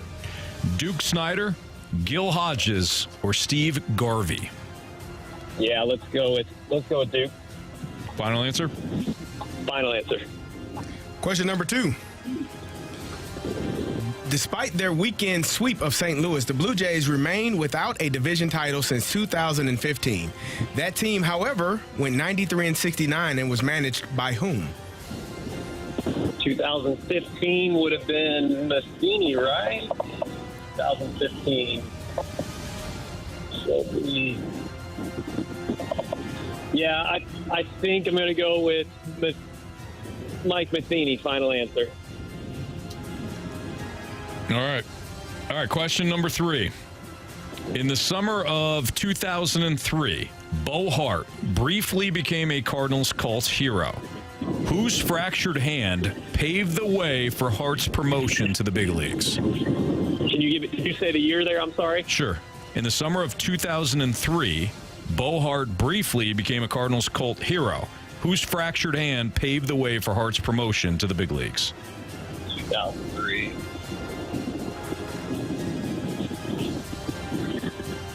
So that would have been 2003. Yeah, I'm sorry. Give me the option.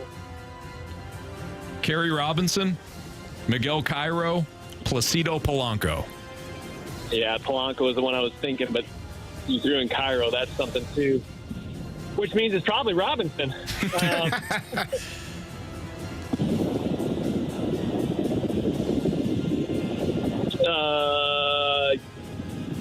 You said Robinson, Cairo, and Polanco. I'll stick with Polanco because that was my initial gut feeling. I don't feel great about it now, though. Okay. Final answer? Yeah, final answer, Polanco. Question number 4. How many World Series championships did Kirby Puckett win during his storied 12-year career with the Minnesota Twins? Kirby. I think I'm going to go with 2 there. I think I'll give a final answer with 2. All right. We'll welcome back Marsh from the Cone of Silence. How you feeling, Chris? I feel like I'm ready to pick up the L. Oh, okay. All right. that. Let's see here. All right. Marsh is making his way back in from the Cone of Silence. Marshy, how was it? It was good. It was very silent. Okay. He's locked in today. I like that. I like that a lot. All right, Marsh, your category is baseball. Okay. Carey? Pack a lunch. Question 1. Over the past week, Tommy Edman has hit a bunch of home runs for the Dodgers. Mm-hmm. But can you tell us the Dodgers' all-time leader in home runs?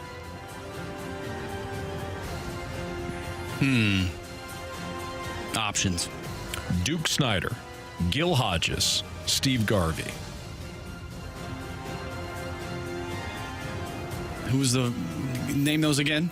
Duke Snider, Gil Hodges, Steve Garvey. Give me the first guy. Duke Snider? Yeah, why not? Final answer. Question number 2. Despite their weekend sweep of St. Louis, the Blue Jays remain without a division title since 2015. That team, however, went 93-69 and was managed by whom? Oh, jeez. 2015, eh? Oh, goodness gracious. I have no idea. Options. Is it Cito Gaston, John Farrell, or John Gibbons? Ooh, you know what? I think it was John Farrell. I think he went from the Red Sox. They won the World Series in 2013. I think then he was let go after that 2014 season and then took over. I could be wrong on that, on the year, but I know he did go to Toronto. So give me John Farrell. Final answer. All right, Marsh, question 3. In the summer of 2003, Bo Hart briefly became a Cardinals cult hero. Whose fractured hand paved the way for Hart's promotion to the big leagues? 2003? Yes, sir. Let's go with...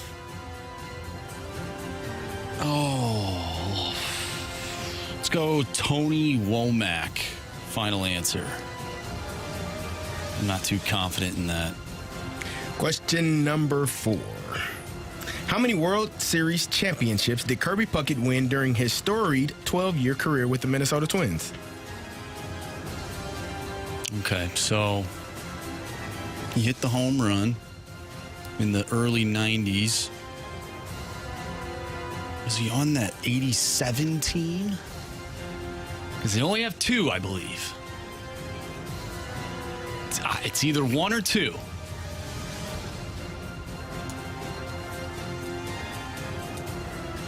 Give me 2. Give me 2, my lord. Final answer. All right. Let's go over these.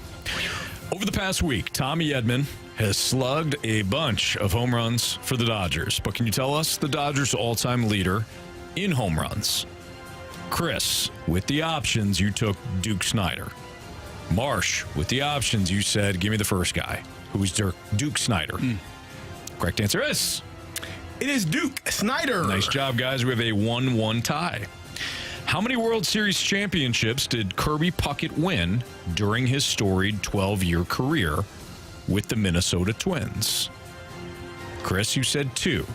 Marsh, you said 2. Correct answer is... 2. Neither of you needed the options. Nice job, guys. 2, 1987 and 1991. We have a 3-3 ball game. Despite their weekend sweep of St. Louis, the Blue Jays remain without a division title since 2015. That team, however, went 93-69 and was managed by whom? Marsh, with the options, you said John Farrell. Chris, unfortunately, I think you got confused by the question. Without the options, you said Mike Matheny. I think you were thinking of the Cardinals, obviously. So the Blue Jays manager. Yep. It's okay. Happens. Carey and Anthony I had that never brief, listens to the questions. I don't. I'm terrible with it. Carey and I had that brief look, and ultimately, you said final answer, so we're going to go here. Correct answer is... It is John Gibbons. John Gibbons is the correct answer. Wound up not hurting you, Chris. So, 3-3 tie. It comes down to this. In the summer of 2003, Bo Hart briefly became a Cardinals cult hero, whose fractured hand paved the way for Hart's promotion to the big leagues. Marsh, without the options, you said Tony Womack, who was not an option. Chris, you said Placido Polanco. You took the options. Here is how it's going to work. We know Marsh can't win. He can only tie. If it's Placido Polanco, well, Chris has got a victory. If it's one of the other two options, Carey Robinson or Miguel Cairo, we've got a walk-off. So, Carey, whose fractured hand paved the way for Hart's promotion to the big leagues in 2003? Miguel Cairo. We got a walk-off, gentlemen. Walk it off. All right, so you know the rules, or if you don't know the rules, here are the rules for the overtime for the tiebreaker.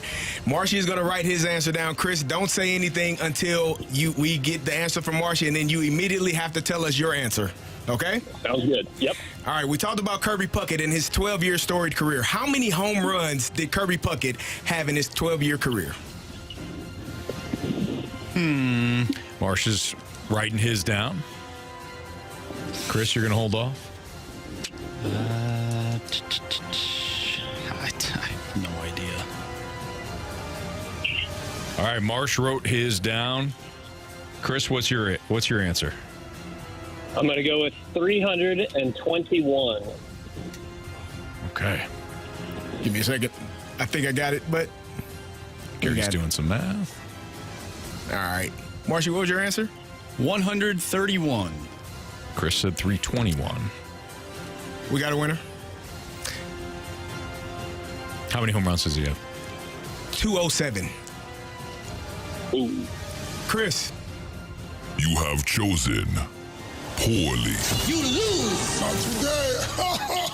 So do you have the math on that? Yeah, 'Cause Marshy that's was gotta be- 76 off, and Chris was 100 and I lost it that fast. 113, I believe. Wow, Chris, I'm sorry, man. I would have probably aimed pretty high too on that one. I'm more upset about Miguel Cairo. I should have known that one a little bit more, but I appreciate it, guys. You did say Miguel Cairo. You see, you had him in there. really? But well, he said Polanco. Yeah, he said Polanco first. So I got to stick with it. He goes, said, man, Cairo threw it in. Yeah. Oh, no. We've all done that, though. Chris, I'm sorry, man. We got to send you home. Absolutely. Hey, best of luck. Appreciate it, Marshy. Thank you We'll so see you, much. buddy. Great job. See ya. Thanks. See you guys. Nice job, Marsh. That was a struggle. That was, you know man. what? You came through. You had to nail the two with the final answer there, the Kirby Puckett answer, just to send it to a walk-off, and you did that, and then you got it done in overtime. You're the Commanders. Yeah, I just put a bunch of FGs on the board, and here we go. Forced OT. And win it no matter how. Actually, I don't even know if they went to overtime. I don't think they did. They did. Yeah. The Commanders? Yeah. No. The Commanders didn't. I'm thinking the Seahawks. did. Yeah. Patriots went to overtime. They kicked the field goal at the end to win it. The Commanders the did. last second. Yeah, not pretty by any means, but, like me and the Georgia Bulldogs, we get it done. 13-12 over Kentucky. That's right. All right, it's the Fast Lane on 101 ESPN. We have your shot right now to score a pair of tickets to see Brooks and Dunn with special guest David Lee Murphy on Friday, April 25th at Enterprise Center. Here is your trivia question. There was a quarterback that Carey told me to jump off the bandwagon. I said earlier, I was like, Trevor Lawrence, I'm just going to take the L on it. And Carey said, you should take the L on another quarterback you like. Which quarterback is that? Which quarterback did Carey say I should take the L on? And I completely disagree with him on. If you have the correct answer, text in at 314-399-9646, and you'll win the free tickets to the show. And tickets for Brooks and Dunn just went on sale. You can find all the ticket details and a bonus chance to register to win at 101ESPN.com or via the 101 ESPN app. Are we seeing more parity in college football, or some of the best teams not as good as we thought? Speaking of Georgia, that's next on 101 ESPN.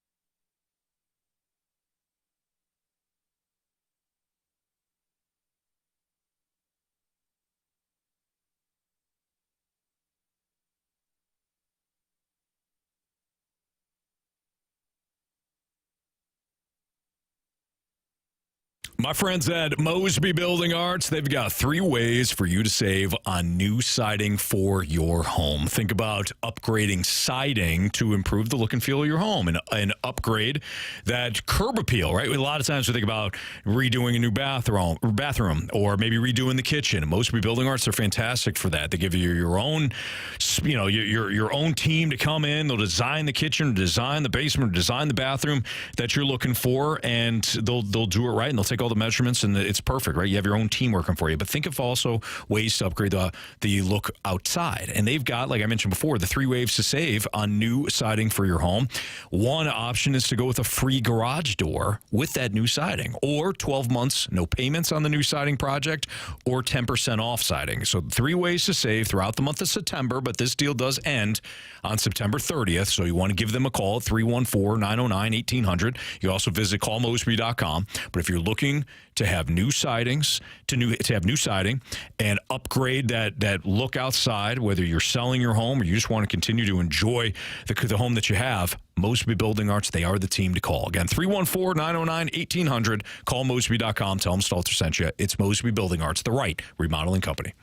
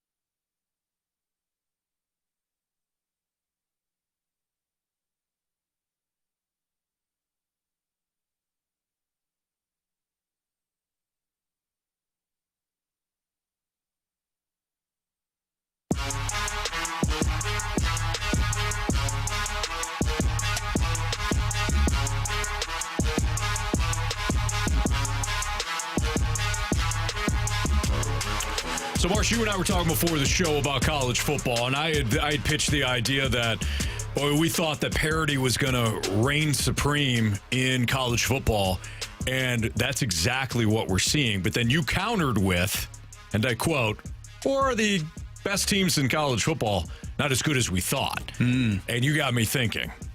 If you think back to last week, Georgia going on the road, number 1 Georgia going on the road, and being held to 6 points by Kentucky going into the fourth quarter.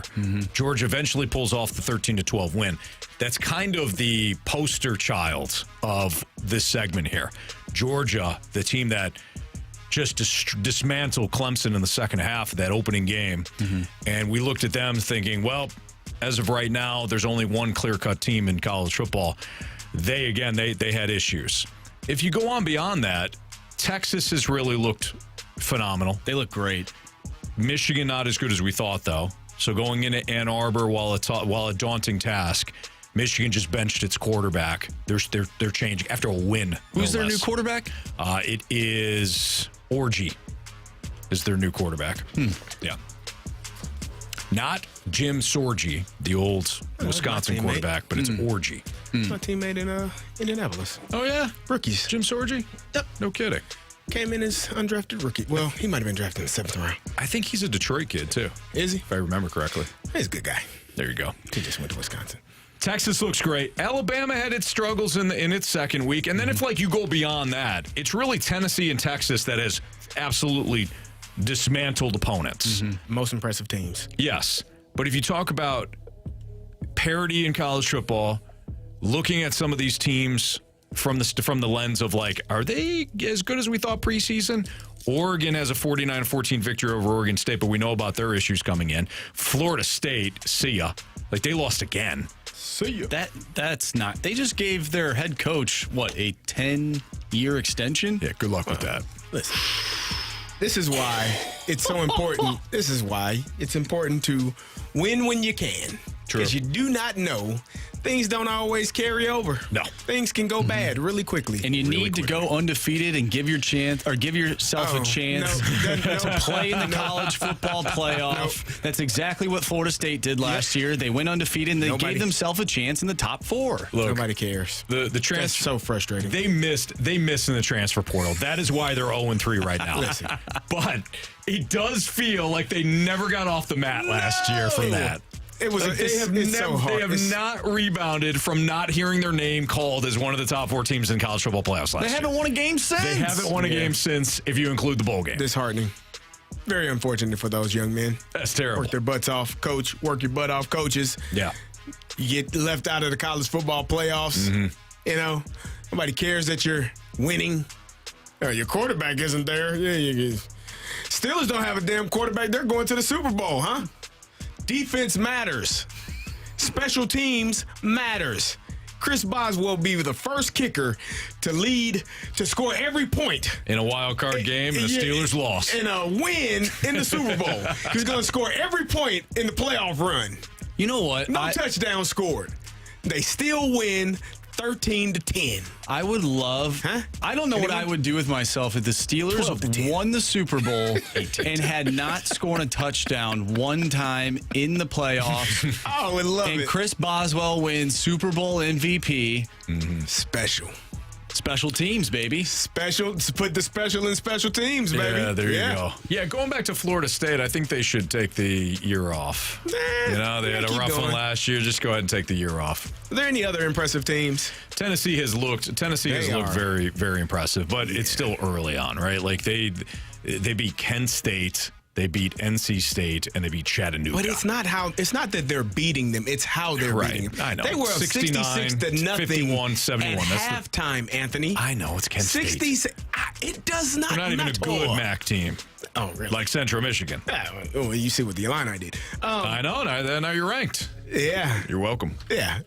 They were beating Kent State 66-0 at halftime. Yeah. I mean, that's video game score. Yeah, it really is, and it's ridiculous. And now I don't know. We'll see this week. They got Oklahoma this weekend. Is that this weekend? Yeah, this weekend. So we'll see if they are legit or not. But you're going to have to start. You'll finally have some of these tests. But like Miami's looks great. But really, their only win is going to the Swamp. They looked. I mean, again, they hung 40. Sorry, Gator from the Snake Pit, but they hung 41 on the Gators. Since that point, they've beaten Florida A&M 56-9 and Ball State 62-0. I put Miami in the Tennessee category. I don't. You haven't been tested yet. Ball State not a good MAC team either. Nope. That's how you. And I think they might be better than Kent State. But other than that, like LSU has struggled. Yeah, even in wins, they've struggled. Yeah, not impressed by them. Notre Dame blew out Purdue 66-7, but we saw that debacle against an actually good MAC team in Northern Illinois. Yeah, I don't know what we're watching yet. I do think Marsh is. I lean more this way though. Yes, there is a lot of parity in college football this year, but I think Marsh, to his question, is right. We probably overestimated some of these teams. It's not as top heavy anymore. I think you're seeing teams with legit flaws now. I think when you look at what Georgia is known to, have a game like that where they potentially overlook an opponent for whatever reason. Mizzou and Columbia? Well, yeah, Mizzou and Columbia a couple of years ago. But here's the thing. I talk about trap games all the time. Georgia has Alabama next week. They are not dialed in my opinion. You're not dialed into what Kentucky is doing because Kentucky got the hell beat out of them the week before. So you're like, Yeah. This happens in college football. I think Georgia is probably better than a 13-12 win over Kentucky. And they're looking forward to 2 weeks from now when they get to go against Alabama. Like, they are not dialed into Kentucky. Is it right? No. Should it happen? Not at all. But it does. I'm not too concerned about Georgia. Texas looks really good. Ohio State had the week off. They've looked really good in their couple of games. Tennessee, to me, is this will be the weekend to know if they really are who they've shown. And Ole Miss, again, is another team that I think has been really impressive as well. Like Lane Kiffin, as much as you talk about, he's a weirdo, he does weird things, he's on social media, he can coach football, man. Like offensive football, it is a delight to watch. Watching what he's able to do, he is a mastermind in his offensive schemes and his philosophy and how he gets the ball to so many different people.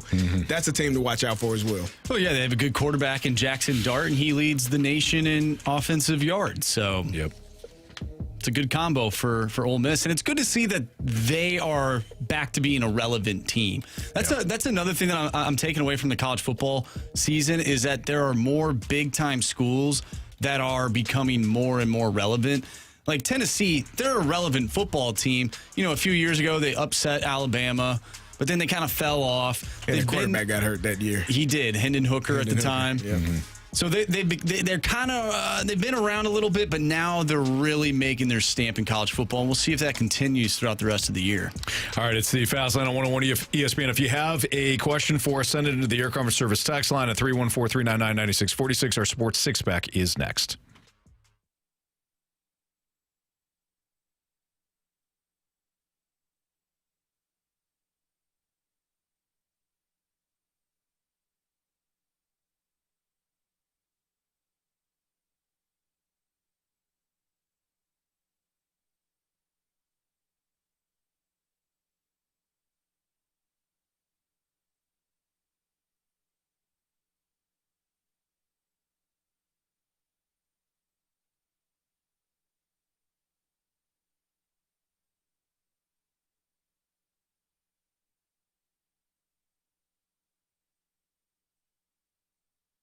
Hey, it's Carey, and if you are a contractor or you own a business that needs recycling, well, you need to know about my good friends over at Scrap Mart Metals. They are tailor-made for your business to meet your schedule and your budget. They understand that job site cleanup for contractors is a mess. If you set up a business account with Scrap Mart to recycle that metal, it is one less thing you'd have to do.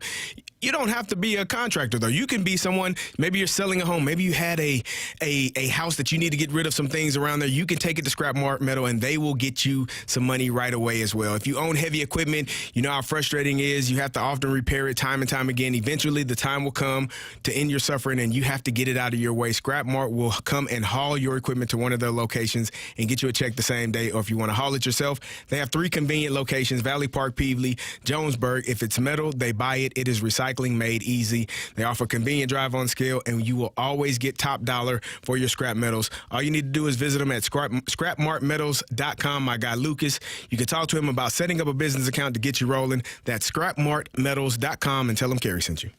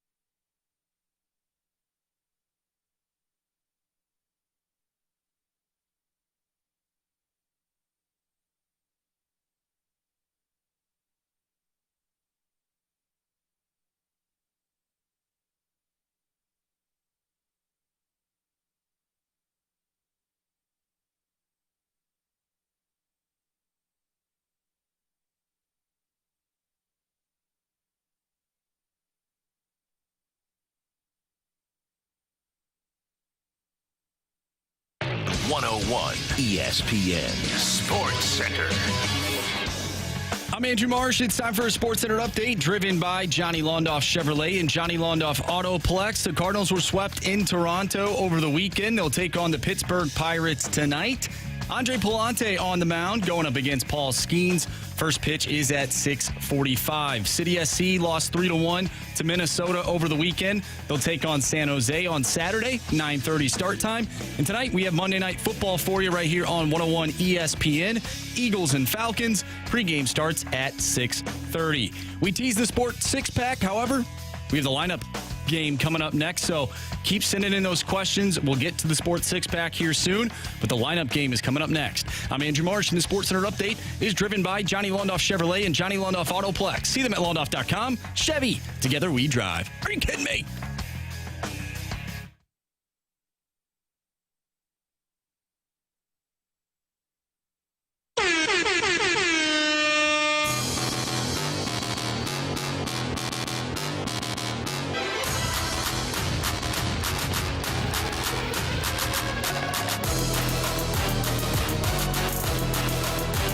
All right, as Marsh just told you, we have the lineup game right now for the Cardinals as they take on the Pittsburgh Pirates tonight.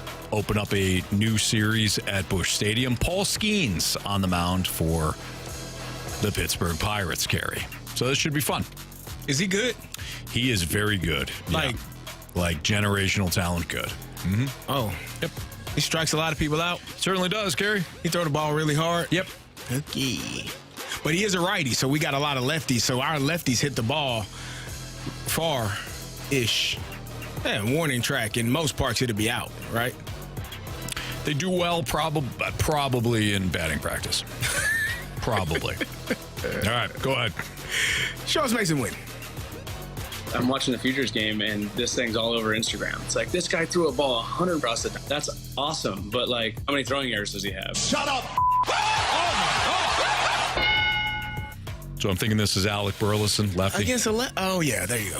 He's a lefty versus a righty. Correct. Because this is what you do. Yeah, that's right. That's how you win baseball games.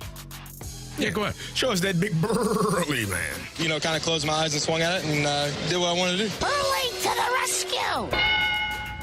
It's going to be our guy Goldie. I mean, he's stroking the ball well, right? Show us Paul Goldschmidt. Gold! Rich with gold! Gold! You want me to take this one as well? This is yours. Show us. No. He's a Gold Glove winner and perennial All-Star. Oh, listen to Mr. Gold Glove over here. Come on. All right. Now what do you Donnie. do? This has been Donovan. I'm fine with that. All right. Go for it. Show us Brendan Donovan. Donnie. Hey, this headband's pretty cool. All right, let's not screw this up, CD. We got a perfect game going on here. Shh. What are you doing? Yeah, it doesn't matter. You've ever heard of the announcer's jinx? What are you doing, sir? You don't believe in it? I don't, but the lineup people card gods do. You tightrope that one. You nailed it.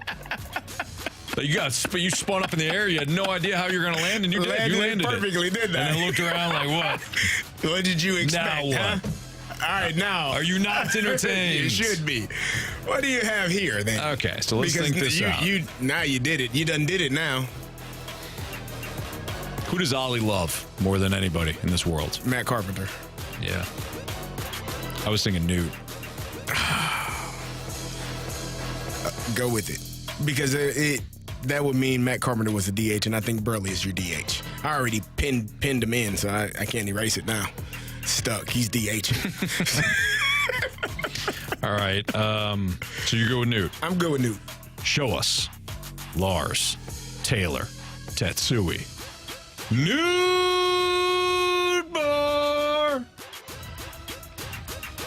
What makes you think she's a witch? Well, she turned me into a newt. A newt. We got better. I always secretly hope that Marsh gives the after I do that because there's so much fanfare to it. Yeah. Okay, now let's think about this. Now, is Pajes catching or is Herrera catching? I would think that Pajes would be catching. Why would you think that? I don't know. Okay. So he's probably 8. Yeah.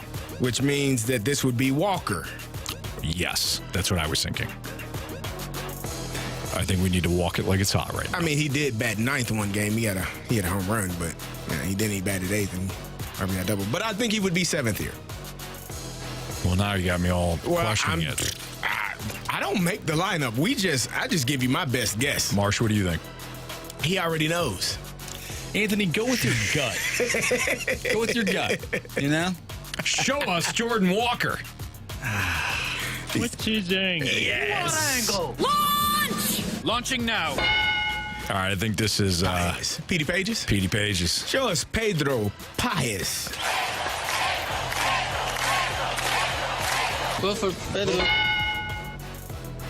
For the perfect game. Do it. Show us Michael Superbad Ciani. No. He's kidding. Michael. Yes. Michael. Yeah. Michael. You're not Michael Phelps. You're Michael Cera. Lineup card god wasn't listening. Nah. Yeah. They're like, good for you. They're not doing baseball anymore in St. Louis. Now, was it the lineup people card gods? Carey's right. They weren't listening They tonight. weren't listening. No, they weren't listening. Or maybe they were listening. They knew that you guys needed this. We needed a dub. Do we need a dub or do the Cardinals need a dub? No, us. Oh. Actually, they already gave you. The football gods already gave you guys dubs.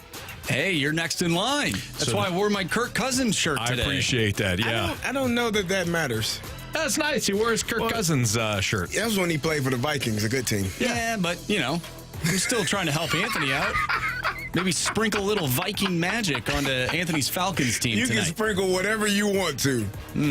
Philadelphia Eagles. They ain't Philadelphia Eagles. Philadelphia Eagles. The Eagles. I'll tell you what, the Falcons will lose to the Eagles or the Feagles. It doesn't matter. Yeah, might be sprinkling a little something on a Kirk Cousins interception tonight. Yeah, probably. All right, run this thing, Marsh. All right, leading off the shortstop, Mason Wynn. Batting second, the DH, Alec Burleson. Batting third, first baseman, Paul Goldschmidt. Your cleanup hitter, third baseman, no. Batting fifth, second baseman, Brendan Donovan. Batting sixth in left field, Lars Taylor Tatsui. Batting seventh in right field, Jordan Walker. Batting eighth, catching is Pedro Paez. And batting ninth in center field is Michael Ciani. Back. They fair. Go foul! I don't believe what I just saw! Home run! You're like that company, Marsh. You don't invent things. You make them better. What company is that? What is that? I remember that commercial. We don't invent the thing. We don't invent the products you love. We make them better. Yeah, or whatever the tagline is. I don't know, but the Newt Bar thing, like I invented it, you just made it better. Oh, okay. So you're that company. Sure. Yeah. Yeah. Okay, Marsh, what do you like for home run derby? Give me Jordan Walker. Oh, come on. Tonight. You're walking like it's hot. Walk it like it's hot. By the way, I got a 3-point lead over Jamie right now, thanks to Thomas Saggese. You see what I put there? You see what name I put next to my initials? My initials next to what name? Can you see that? Let's see that. Oh, it says Jordan Walker. You know what? This happened last time where I picked CD's guy and it didn't work out for me. It did not. You want to take him? I do. Yingling Mike, he's right. BDSF.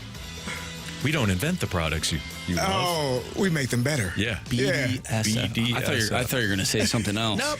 That's the company. Best BDSF. damn sports fans. That's right. That's right. Us here in St. Louis, we, yep. Anyways. All right. Jamie, we're going to get, who do you want? Marshy, he took my guy. Are you changing? You're staying there? I stay there. No, You're taking Walker. I'll take. It's a Jamie. Jamie got to pick. Yeah, he didn't send in his picks, so we're going to go first. Nolan Arenado. No, you don't want to give him. Okay, yeah. Give him Nolan. Okay. It's a 1-pointer. That's what I was thinking. But I wanted to make sure you didn't want Nolan. He is down by 3, and I feel like Jamie is a very competitive person. And I also feel like he plays it cautious at times. Yes. Okay. Nolan Arenado for him. That's fine with me. He's batting cleanup. He's supposed to hit home runs. I also feel like Jamie doesn't often turn in his stuff. There we go. Sounds like And he wants his classmates to do the work for him. Just put his name on it. Anthony, you already convinced me. I already wrote the name down. like Karen. Zoosh is right. BASF. BASF. Zoosh is right from the snake pit. Yeah. BASF. I don't have an acronym for that. BASF. Best all around sports fans. There it is. Yeah. Probably should be BAASF in that cat, but you know what? All around is one word. Don't worry about it. Trust me on this. I know these things. Okay. All around. All around fun. All around us. Yeah. Give me, since you took my guy, I almost said Jordan Walker anyways. I forgot you took him that fast. I got to catch up. Give me Matt Carpenter off the bench. Where am I at, 21? Yeah. I get a home run here, I'll be in 21. All right, give me Luke and Baker off the bench. I need to start hitting the... You got to go? I'm not mad at you. Yeah, I'm We got 20 games left or so? 12? About 12 games? 13. 13? Too many. Very true. Yeah, 13 is the number. All right. That's your lineup game, your home run derby. Time to do the Sports Six Pack next on 101 ESPN.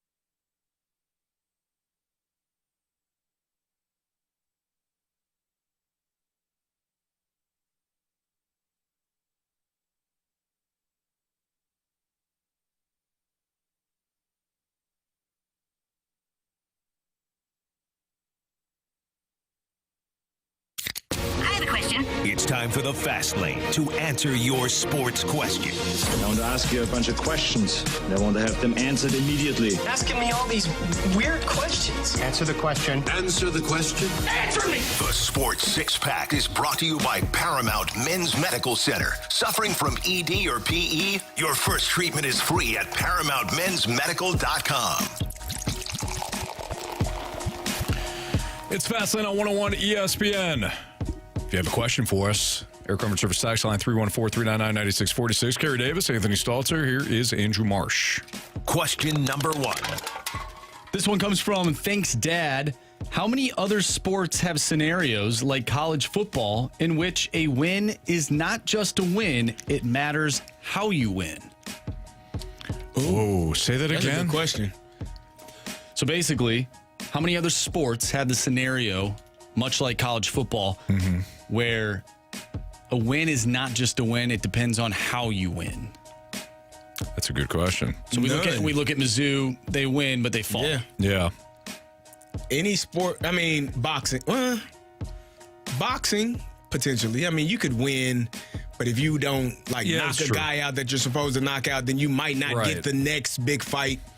So you could win, but how you won could be scrutinized. Like when Tyson beat Peter McNeely. Yeah. You know, it's a win. It's a win. Who cares? Right.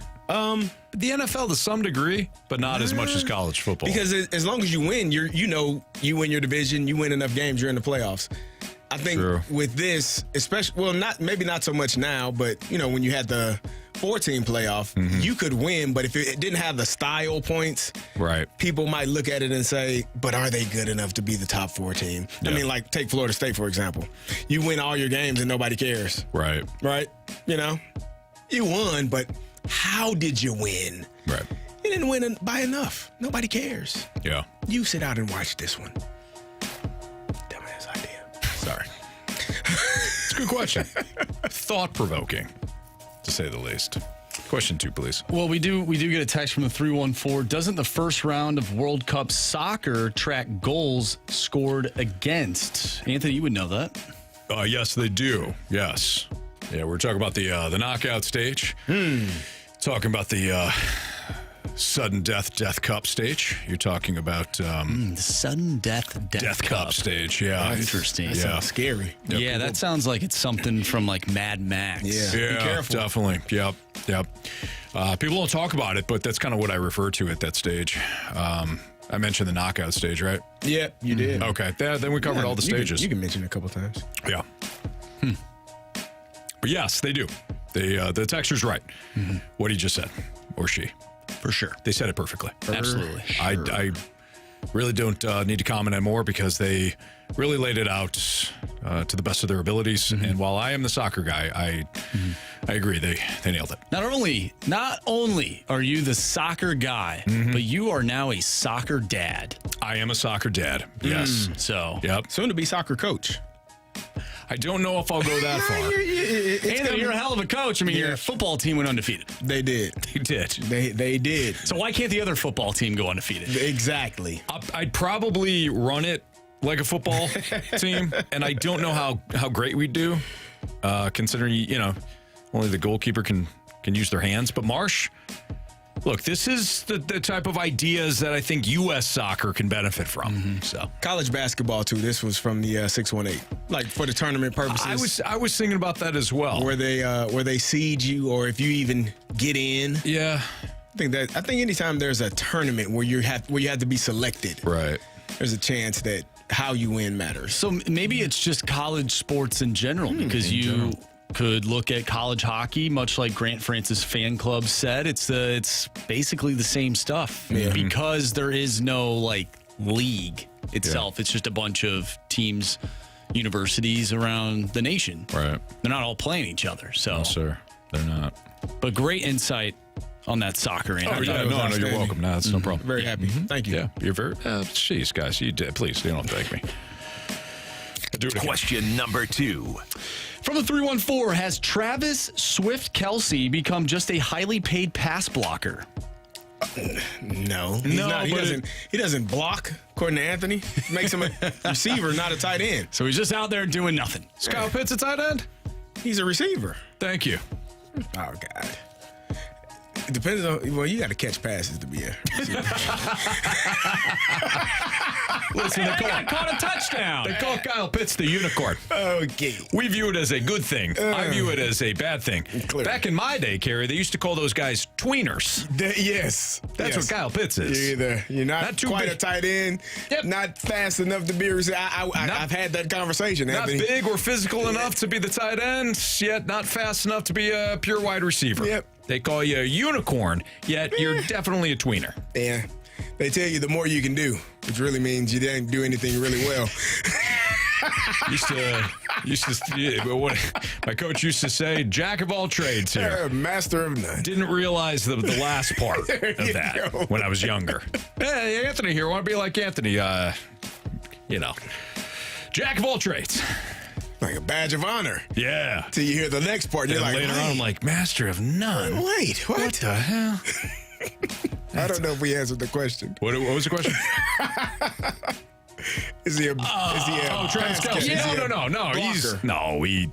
He's off to a slow start, but there's more weapons now. You got Rashee Rice, you've got Xavier Worthy. He caught a pass. He caught a long pass that was called back for holding. You know, I wonder too if now with Isaiah Pacheco hurt, if the Chiefs really do lean into their passing game. Saw something on the interwebs that they could be looking into bringing back Kareem Hunt. Son of a bee sting. Okay. Well, we'll see if that comes to fruition. Yeah. What happened to Clyde Edwards-Helaire? Where is he at? When he a first round pick? Where did he disappear to? Why is he not playing? Again? Yep. That sucks for him. Yep. Question number 3. Thank you, sir. From the 239. I know he's on the pup list, but I can't remember now if it's because there was something else I think going on. It was either him or with non-football injury. I think. There was something. I thought he was the one that was suffering from like PTSD for some reason. Really? Previous injuries or something. And I'll shut up. I do know he's on the pup list. That's all. From the 239. If you were the Cardinals owner for a day, who are you firing first? And if you don't want to answer that question, what would you do if you were the Cardinals owner? If I was the Cardinals owner. For a day. For one day? Don't ask me what I'd do. We'll answer that question next. Whoa! On 101 ESPN.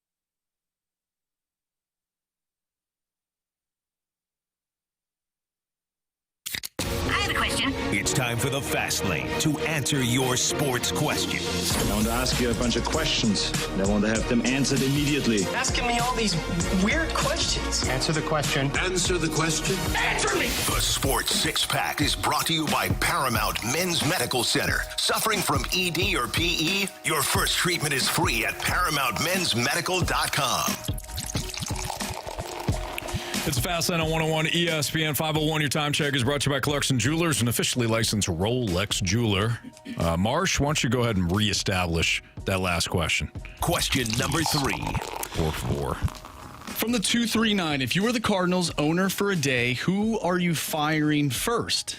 And if you would like to not fire somebody, what are you doing if you are the Cardinals owner for one day? Good managers don't fire people. They encourage people. They lift them up.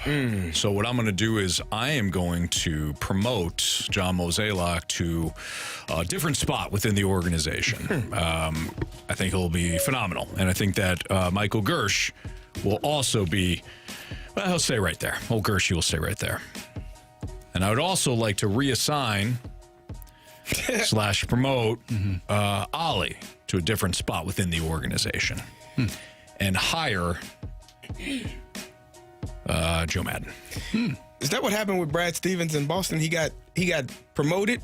I mean, they fired him from the coaching spot, but just promoted him to a different spot. They're like, you're not good enough to do. You're actually doing this job too well. Yeah, we think you might be better suited in a different role. Well, it worked out. It did. They won a championship. They hired a coach that was lesser than he was as a coach, I guess. Okay. I don't know. I don't know how that works out. Either way, I think everything kind of starts at the top. Yeah. In all honesty, so with you being the owner for the day. Yes, if I'm the owner for the day, I probably should just fire myself. But in all seriousness, I think that if I were owner of the Cardinals, I would gather everybody around here and say, hey, listen, we need fresh ideas. And one of the ideas that I would pitch to my baseball people would be, are we spending enough when it comes to drafting and developing? Specifically the development part, because I actually think the draft has gone pretty well. Are we spending enough for international free agents? I think that we've got to open up. You know, if we're going to spend, I don't think spending on another mid-tier free agent is the right call. I think taking that money and applying it to the lower levels so that, you know, or maybe a pitching lab or whatever it may be, to develop the guys we do have so that we get smarter when it comes to evaluations. That would be the first thing that I would do. See, my brain goes in other places, more along the lines of what the 636 said, because I don't know that there's much you can get done in one day. I know where this is going. But I do know that there are some young people in this community that could use some help, and, you know, you establish some money going into a trust for those young people. What are we doing? I don't know. Hey, Michaela, Xavier, Madison. Huh? Give some young people some money to go forward in life. I think that. Now, who are those people? That was just some kids, some names that I just thought of. There's some names. Yeah. Aren't those your kids? What? What are you talking about? Don't look at me. We have had a few people text in saying that if they were the owner for a day, they would sell the team. What the hell am I going to get done in one day? And cash in. Hell with that. I don't know if you guys understood the assignment. I do. I think everyone understood this. Understood it. For a day, I can do whatever the hell I want to. You think I'm going to get this thing fixed in one day? It's going to take time. I don't got the time. But what I do have is the power. Okay. And I'm going to use it. You sure have a lot of nerve. I'm trying to get the Cardinals better. Me too. Honestly. No, you're trying to get your kids better, which, quite frankly, I should have thought about. So now I'm going to reverse course. I'm with Carey. There you go. Yeah, Cardinals will be fine. Yeah, no. Cardinals be around long. Long after you and I are gone. Yeah. But will our kids have the ultimate success financially? Will they be set up? Yeah, that's what I'll do. Now we're talking. Jason from the Snake Pit just crapped on all of our dreams. He says you can't sell a team in a day, unfortunately. Well, you know what, Jason? This is our team, not yours. He's probably right, though. There's probably a lot of paperwork. There are people lined up. There's probably a lot of paperwork. Well, I just put some money where I need to put it then. By the time I get done, it won't be worth nothing. You don't go to bed. Just like, all right, it's midnight the next day. I'd like to sell my team, please. I'd like to have all the paperwork done by 5 o'clock. Please and thank you. Yeah. You think if every Cardinal fan out there in the United States paid $1, we could sell the team to the fans? Now that would be a great idea. Who is in charge? Because when there are 3 people in charge of feeding the dog starves. So if there are millions of people involved and in charge of the Cardinals, it's probably never been worse. Just something to think about, guys. That's all. Worse, not. Last year was pretty bad, Anthony. I know. Last year was horrific. I'll give you that. But still. Okay. We good? Question number 4. Good, great, grand, wonderful. Everybody on the bus. From the 618, which is more difficult, a highlight reel catch in football or a web gym in the outfield? Ooh. More difficult? I think it's got to be football. You don't have a glove. I mean, you have the there's a defender. There's typically a defender right there. Or there's a wide receiver, and you are the defender. You are the defender if you go on one. Yeah. I still think it's I don't know. It depends on the level of catch. Like when I think of great catches, I the first one that comes to my mind, obviously for football, is Odell Beckham Jr. Yep. Going up to get that ball. Not the one that won you the Super Bowl? Well, that was Snapdragon. Carey. You know what? Somebody named Santonio Holmes. Tone made a hell of a catch at the back of the end zone. Get you a Super Bowl ring. Now, one play does not make a game, but still, that one play was an unbelievable catch. Yeah. That one did. That was a spectacular catch. I also think about Jim Edmonds, I think, in the NLCS here. Oh, yeah. That to me, because I was at that game, that to me was one of the greatest catches I've ever seen in life. So, yeah, that's pretty good. All right. Is that it for us, Marshy? No, but I'm trying to think of some other catches. I believe. No. Or are we on 4? I think we're on 5. No, we're on 5 now, but I'm trying to think of another highlight reel catch. I mean, Willie Mays. That catch was pretty good. You mean the basket catch? You know, it's funny. He's like, I've made about. That's him talking. He's like, I made like 10 more catches that were way better and more difficult. Ooh, the helmet catch. Yeah, David Tyree. Yeah, that was a good one. Mario Manningham. What about the catch by Julian Edelman? That was a hell of a catch too. Yeah, to go there. What the hell? We're talking Super Bowls. You mean the catch? Yeah, but you won yours. See, we're talking about Super Bowl.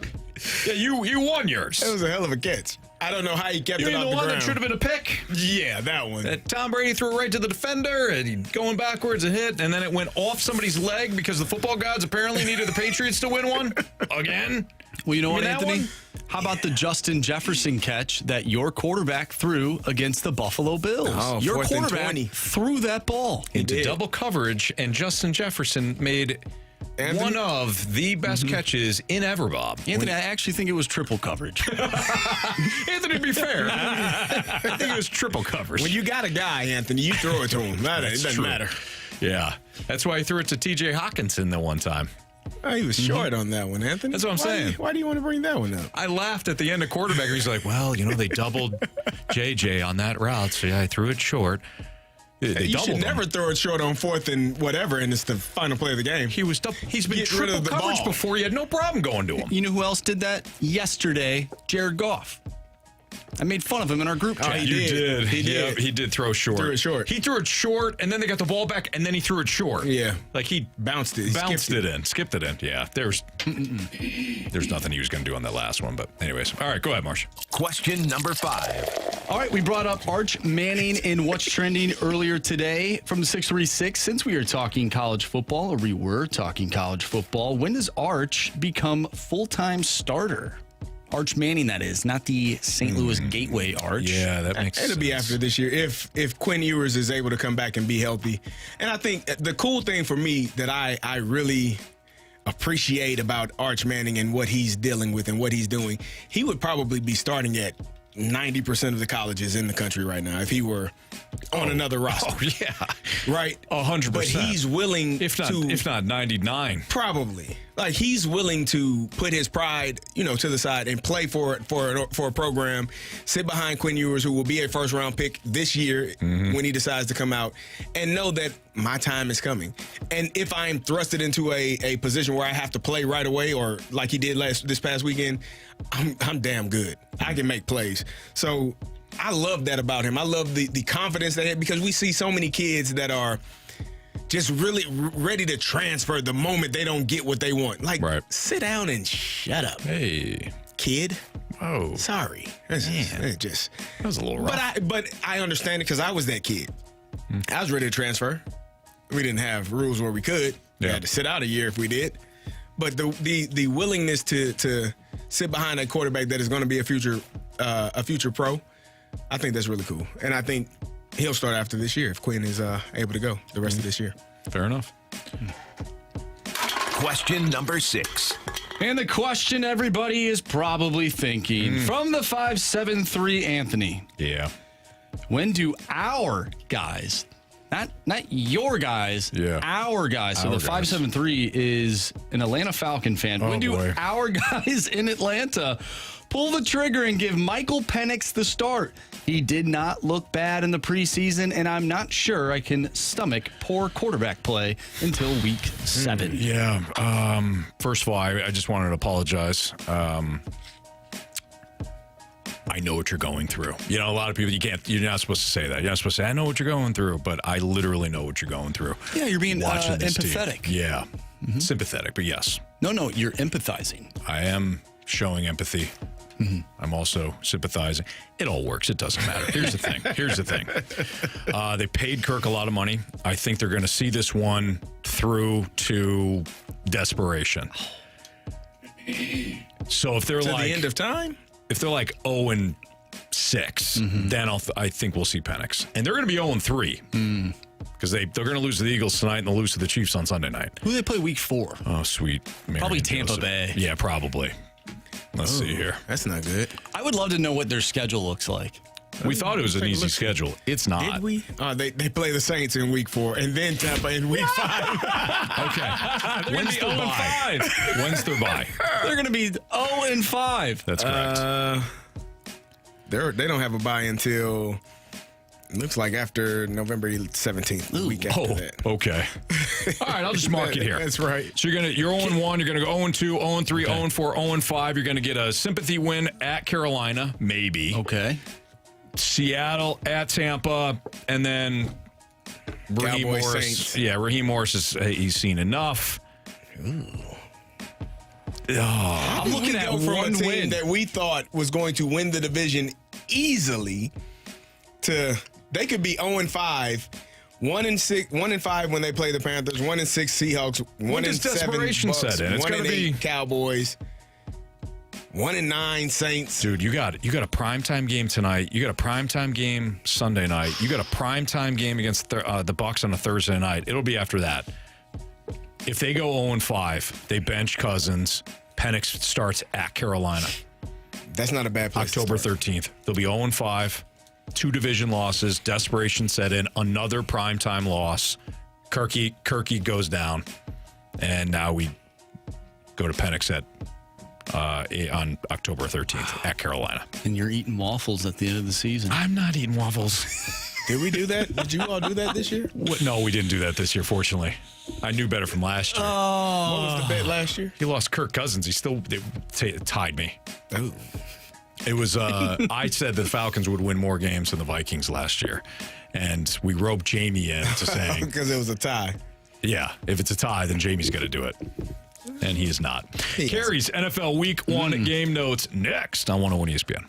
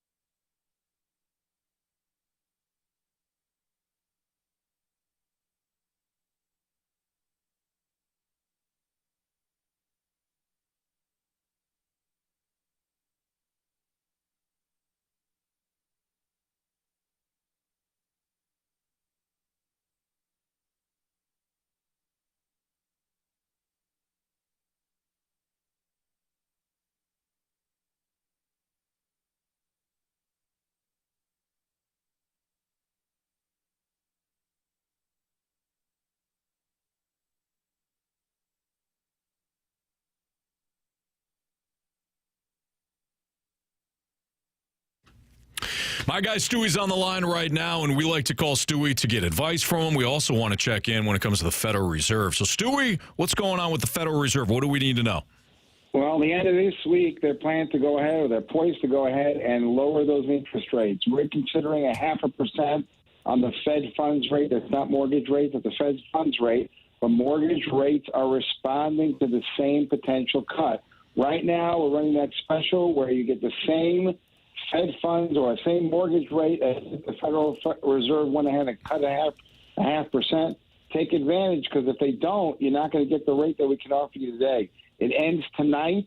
Grab it. You'll be very surprised the rate you're going to get. Call us. It's free with the bagel loan. If you're going to borrow more than $200,000, you're going to save hundreds, if not thousands of dollars every year. There you go. So you do have to call Stewie. You do have to pick up the phone. You can text him if you want. He gives out his personal cell phone number because he wants to help you.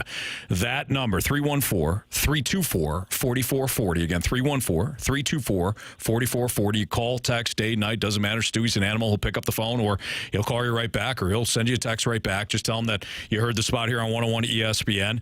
Ask him what's going on, or tell him what your situation is, and Stewie's going to help. I guarantee it. And if you missed that phone number, Google the bagel loan. Stewie, thank you. Have a good one. NMLS number 226715.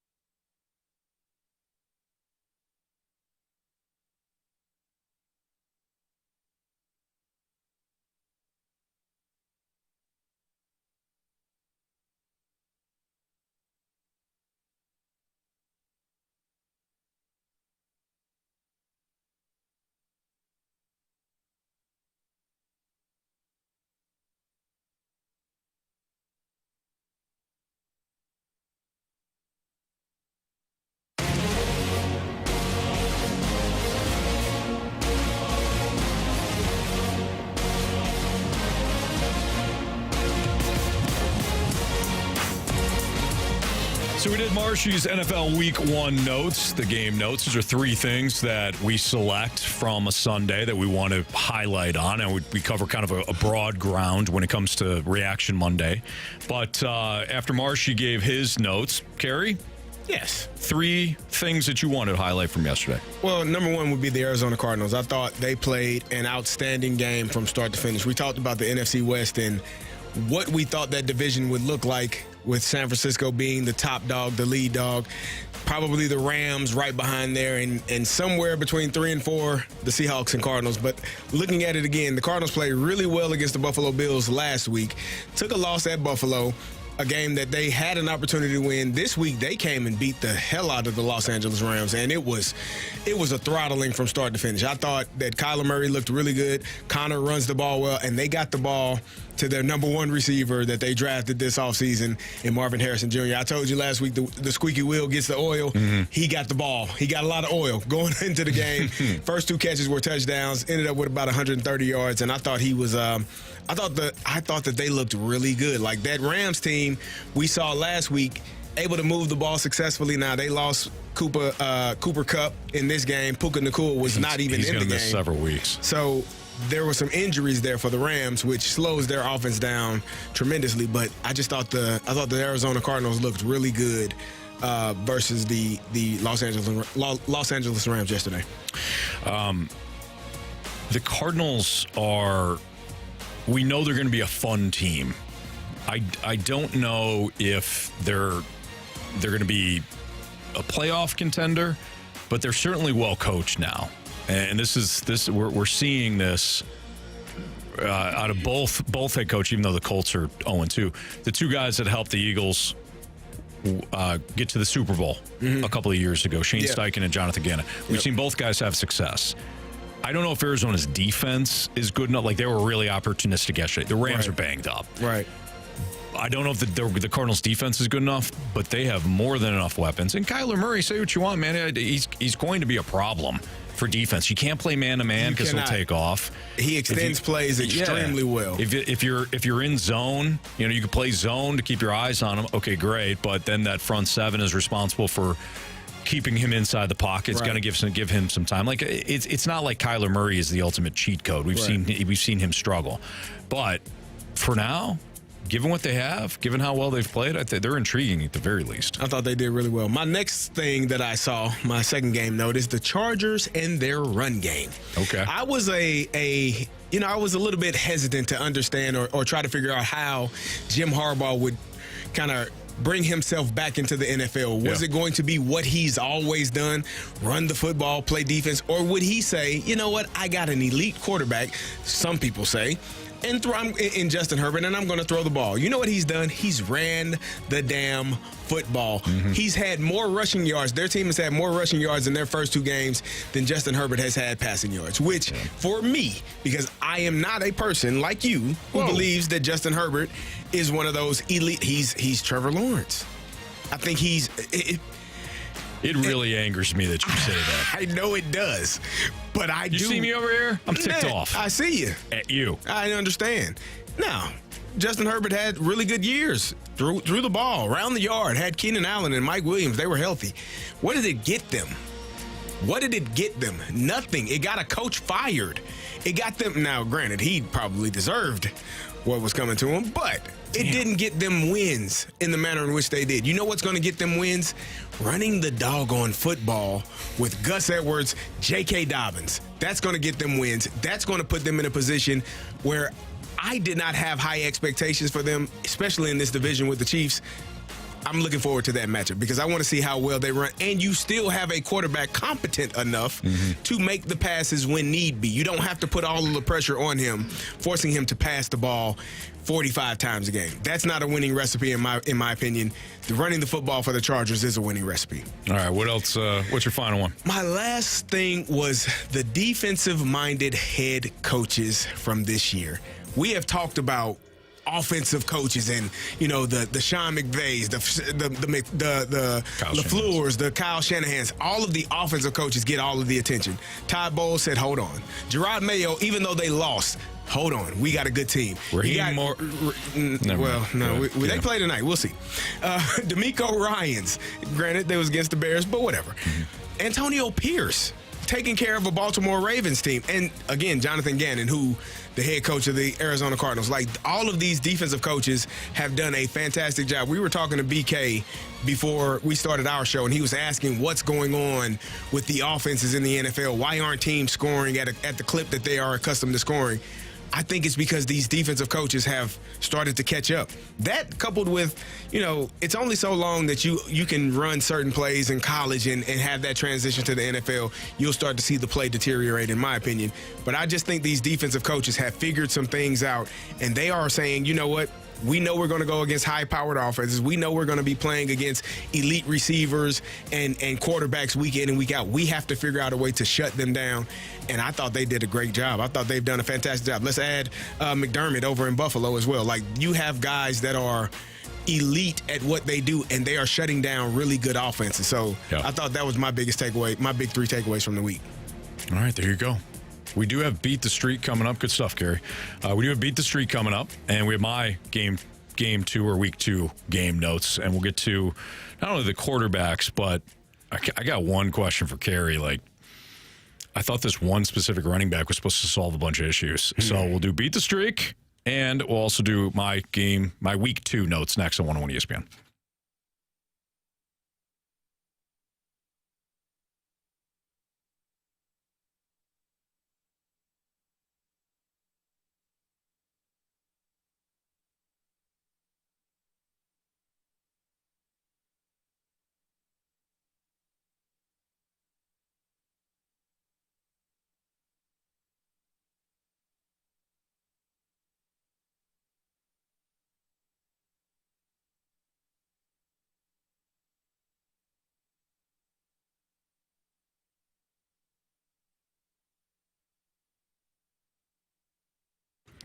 When it comes to getting older, you're a guy, you probably have felt a lot of different, symptoms, whether it's low energy, maybe it's a situation where you're irritable constantly, you're frustrated constantly. You see others at work, they're kind of, outperforming you, and you want to get better. You want to give yourself a best shot. Well, head down to Mentality. If you go to Mentality, 2 different locations, one in South County, one in Chesterfield, they'll get you on their program. And when it comes to Mentality, if you're low on testosterone, you will feel some of those effects. You will feel the low energy. You will feel the effects inside the gym. Maybe you lack motivation. I know I certainly did not too long ago. I mean, Jamie and I went down to Mentality, and it completely worked wonders for us. We did jump on their program after we found out that we were low on testosterone. We found that we were low on vitamins. Nothing to be ashamed about. In fact, if you're one of these guys that is, and I was there too, spending all this money on different things, whether it's different supplements or hey, I want to make sure that I want to jump on the latest fad. Why don't you do something that actually works? Mentality works. Go down again, one of their 2 locations. You can visit them on online at lowtusa.com. Most of the insurances cover Mentality for you. And like I said, you're going to feel the effects. You're going to feel great. All the things I was talking about before, from the irritability or the low energy, it's all going to change for you in an instant. And a lot of times, too, you'll feel the domino effect of wanting to get back in the gym, wanting to eat right. It's fantastic. Check out Mentality. Tell them Jamie and Anthony sent you.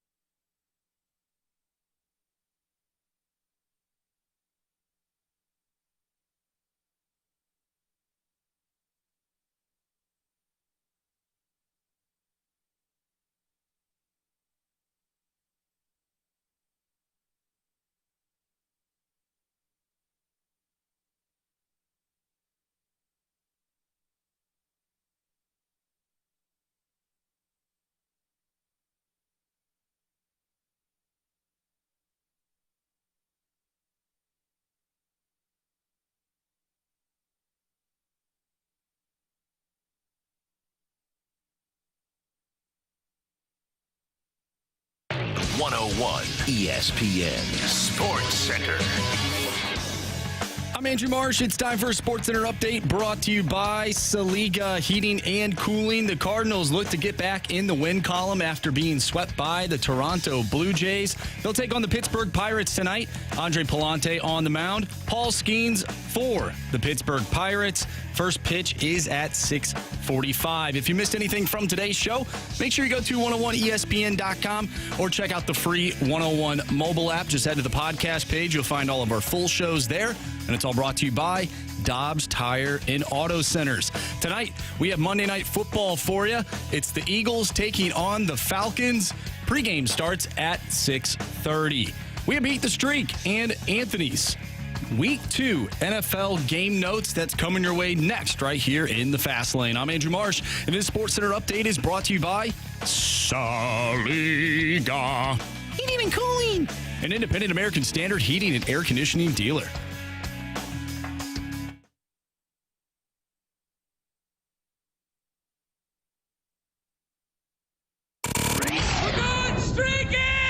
Hit baseballs. All of my successes depend on me. You're ready to hit. The hits just keep on coming. And his first big league hit is a bullet up the middle.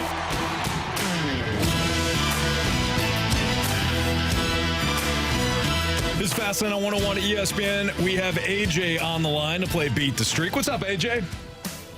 Hey, how's it going, guys? Going great, man. Appreciate you joining us. Marsh, what's our latest standings? All right, so AJ has 1 thanks to Mason Wynn. Anthony, you're killing it right now with 4. All right. Yeah, streak of 4. That's good for you. I'm hot. Guys. Yeah, you are. I am hot. Let's go. Jamie and Carey are at 1, and I am back to 0. Oh, Marsh, who snaked you? Well, old Loper Fido didn't get a hit. Oh, no. That's right, old Loper Fido. Okay.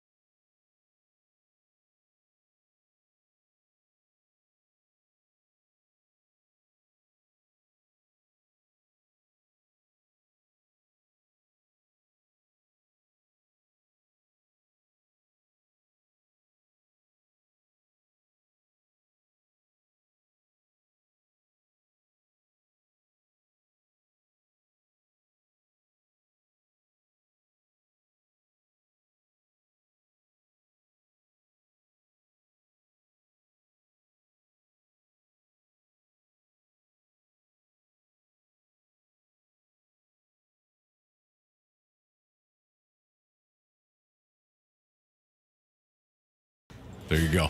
All right, AJ, thanks, man. Hopefully talk to you tomorrow.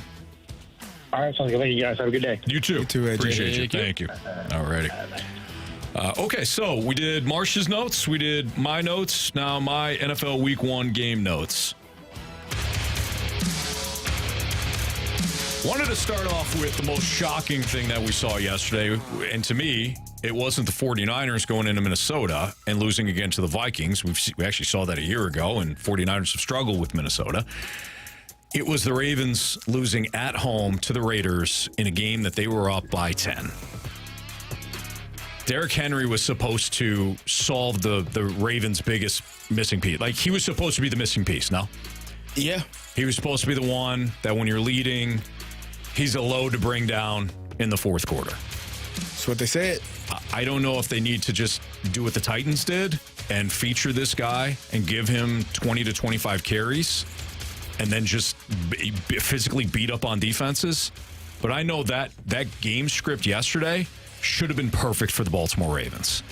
They had a lead when he scored in the fourth quarter. I think it was early in the fourth, maybe it was late third. Whatever it was, they were up by 10. Even after the Raiders kicked the field goal, that should have been Derrick Henry time. And I'm actually not criticizing Todd Monken, although I will criticize him on the pass after the Raiders tied it. Mm-hmm. Right away, you put Lamar in a bad spot, he gets sacked, and now your entire drive is wiped out. But that is what you're supposed. I mean, you're supposed to build a lead, and then salt away the clock with your running game. Instead, Carey, it looks like more of a mess with Derrick Henry with this Ravens offense than it looks like a solving, something that's going to solve the issue, an answer. Yeah, they were up 23-16, and then their next two drives they had two 3-and-outs. Yeah. And so when you don't pick up that first down, you have the lead. You're not allowing yourself to continue to hold on to the ball and really just, salt away the game. That's what your goal should be. We should be able to, as you said, if you got Derrick Henry in the backfield, you got Lamar Jackson to be able to run the ball in the manner in which he does, you shouldn't be up by 10 points or more and end up losing that game in the fourth quarter. Like that. That's why you lost. That's part of the reason why you were unable to finish in the AFC Championship game. You chose not to run the ball enough in the AFC Championship game. You signed Derrick Henry in the offseason. Like, your goal should be, we got to lead by 10 or more. Yeah. Hey, you going back to your high school, college days. You're going to get this ball the next 15 times if need be. Absolutely. And we're going to ground and pound, and we're going to see if we can finish this game in that way. I really don't understand it. Yeah. I don't understand that the Ravens are now 0-2, but alas, here we are. All right. Saints. I gotta give the Saints credit. I overlooked them in week 1. I acknowledge that Derek Carr had a big game. Mm-hmm. I even said Derek Carr looked great, full stop. It was the Panthers, though. Right. That was not the Panthers yesterday. That was Micah Parsons. That was that Dallas secondary that flustered Deshaun Watson. That Dallas defense led, new defensive coordinator and Mike Zimmer at home and all that stuff. And the Saints, almost a carbon copy performance from week 1. More impressive, though. Hit the long shot to Shaheed. Mm-hmm. You had Alvin Kamara, as you mentioned, centerpiece of that offense, is now the centerpiece of the offense. Correct. Again. What Clint Kubiak has done with this offense and Derek Carr in the first 2 weeks has been very impressive. And the Saints and the Bucs going back and forth in the NFC South this year is going to be really fun to watch. I think they've done a great job. And like I said, featuring your best player in Alvin Kamara. Yeah, I'm sorry. Featuring your best player always makes sense. Mm-hmm. And I think they've done a great job of doing that the first couple of games, getting him the ball out in space. He is a dynamic player. When you put the ball in his hand, Alvin Kamara is going to make a play. And they've decided, we should let him touch the ball 20 times a game, 25 times a game if need be. Right. Great job by them. And to go into Dallas and just dominate them in the fashion in which they did, it leaves a lot of questions about the Cowboys. I didn't think they performed particularly well against the Browns the week before, especially with all of the pieces that the Browns had missing. Yeah. But to come home, you got to win, fortunately for you. But to come home and lose in the way that you lost to the New Orleans Saints, that leaves a lot of questions for me. So my final note, and I think it was your mom's boyfriend in the snake pit had joked about this before. He said, I always said, and I'm paraphrasing, he goes, I always said, if you have a Derek Carr, if you have a Sam Darnold, you have an opportunity to win in the NFL, mm-hmm. which of course is hilarious because those two guys highly criticized for various reasons throughout their NFL career. But as I watched Derek Carr do what he did yesterday, and Sam Darnold for a second straight week looked very good, I wonder if some of these guys have just found their homes. Baker Mayfield's another one. Yeah. Baker Mayfield's, I realize that in Cleveland, he had the different coordinators and all that stuff. He also left a lot. His game left a lot to be desired. Right. There's a reason why the Browns said, we're going to move on despite the fact that he was a number 1 overall pick. In Carolina, he was terrible. They got rid of him fairly quickly. He didn't want to be there eventually. Wound up with Sean McVay for the final month of the season. Mm-hmm. And then Tampa takes a shot on him. And whether it was Dave Canales, their offensive coordinator, or now their new OC is, I think it's Cohen, I think is his name. Regardless, he's another Sean McVay disciple. Baker Mayfield has thrived. He's thrived in this offense. So whether it's Derek Carr, Sam Darnold, Geno Smith, Jared Goff, Baker Mayfield, all of these guys are on at least their second team, if not their third. And they seemingly, CD, have found their homes. Sometimes it's just meshing your play with the right coordinator, the right offense, the right style. Marrying the two, and a coordinator finding out what you do best. Right. And then putting you in a position to be successful. Absolutely. That's why I talked about Brian Callahan going off on Will Levis earlier in the show. I didn't like it because sometimes it takes time to get to that point. You don't want it to be Geno Smith where you're drafted in the first round or late first round, second round, early second round. But then it takes you 10 years to finally catch on. But good for him for sticking around. Right. Like, it's hard to play this game. It's hard to play that position.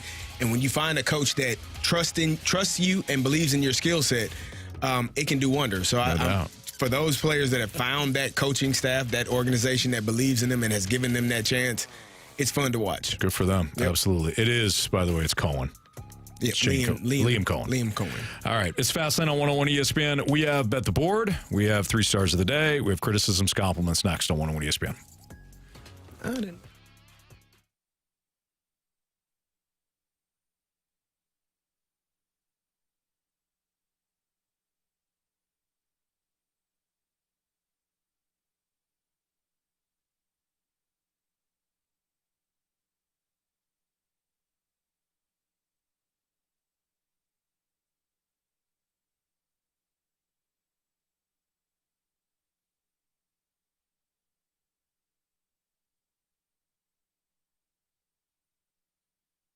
Hey, it's Brad Thompson here from my friends over at Diamonds Direct. Guys, we've talked about this, right? This whole thinking ahead thing. The holiday season's going to be here before you know it. Maybe get an anniversary coming up. She's got a birthday. There has never been a better time than right now to get into Diamonds Direct. Why? Because this September, Diamonds Direct has their ultimate offer back, stronger than ever. 5 years, 0 interest financing on any purchase. This is everything, guys. Earrings, rings, bands, pendants, bracelets, colored gemstone jewelry, certified diamonds, everything included. 5 years, 0 interest. Again, think ahead. You might not have a need right now. You're going to have one soon. You might as well get into Diamonds Direct, guys, and get that gift that she is going to love forever. And ladies, this would be a great time. Go spoil yourself. 5 years, 0 interest financing. But you better hurry up. You better act now because the offer ends September 30th. Go check out for more details. Go to DiamondsDirect.com. Spread your payments out over 5 years.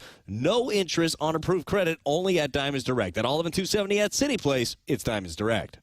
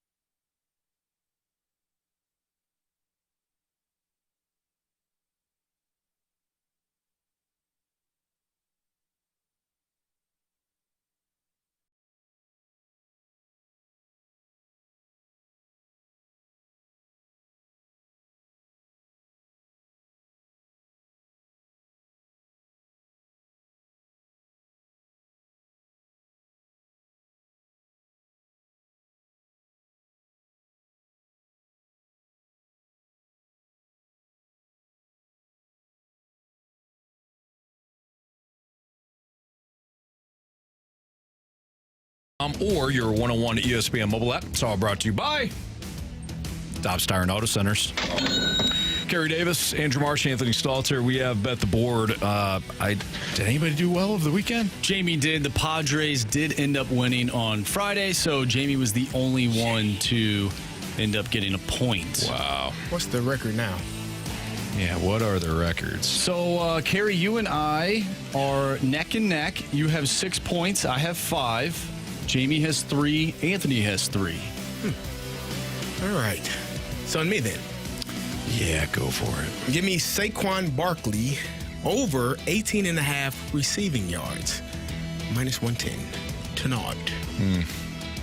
Really think Saquon's going to have a good game, huh? Well, I mean, one of the best players is out. So you got to throw it to somebody. Him and Devontae Smith, Goddard. Yeah. A couple screen passes, check downs. Yeah.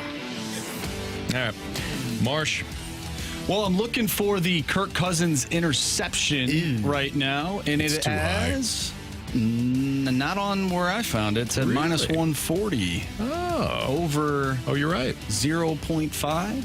Just need one at minus 40. Give me a Kirk Cousins interception. You guys get Kirk. That's tough, man. It's tough to hear. I was going to take that. Give me Bijan Robinson over 30.5 receiving yards tonight. Figure the Falcons are going to be trailing. Bijan Robinson's going to have to be involved in the passing game. Give me Bijan Robinson over 30.5 receiving yards, please. You're going to give Jamie Cardinals money line? Yes. Sure. All right. He loves the Cardinals. He does. He's a Cardinal guy. There you go. Deebo Samuel with a calf strain to miss a couple of weeks per Kyle Shanahan. Wow. I'm surprised they brought that up today instead of the day before the game. What are you trying to imply, Marsh? Well, I'm just using the track record here. Marsh? What are you saying? I'm not trying to say anything. I'm just saying. When have they done something like that? When have you have proof that they do things like that? I mean, maybe. Maybe. I'm not saying they do. I'm saying maybe they do. All right, fair enough. Good call on that. Emphasis on the maybe. Yeah. Maybe. Emphasis on the do. Carey, what was your play once again? Saquon Barkley, 18.5 receiving yards over. It's minus 110. Couple screen passes. Think you're real special, don't you? Check it down. The backs are always open, Anthony. Yeah. Yeah, Sam Bradford that. I can't even say what I want to say because he's been awesome. But ask Derek Carr that. Old Captain Checkdown himself. Well, he's got but not yesterday. There you go. All right, Marsh, go ahead. Take it away. From the 314, criticism! Okay. Trying to listen to the end of the show, and my 6-week-old just peed all over me. I don't think she was feeling the segment. Listen, when you have those children and they gotta go, doesn't matter where they are. No. Yeah, sorry about that. I am. Has it happened to you before? I'm sure it has. It happened to me. Though I can't remember like one specific. Oh yeah, it has. I'll tell you a story. I got one that's worse. I was at Starbucks. My son was like 2. I told you this one. You did. Yes. He was 2, maybe 1.5, 2 probably. Still, boys take a little longer. They to get potty trained. He still had his pull up on. Yeah. We're at Starbucks. He says, "Daddy, look at this. Here." Hands me a piece of chocolate. Yeah. Which I thought came from the floor. Thought it was a chocolate chip. But actually came out of his pull-up. Oh boy. Hey, here. Wait, what? What is this? Smelled it. Good inhale too. Oh God. It wasn't chocolate, was it? Chocolate. Was not. What? Yep. Reached right on down in there and pulled it out. Oh boy. Okay. Is the show over yet? Yeah, sorry. Pretty much.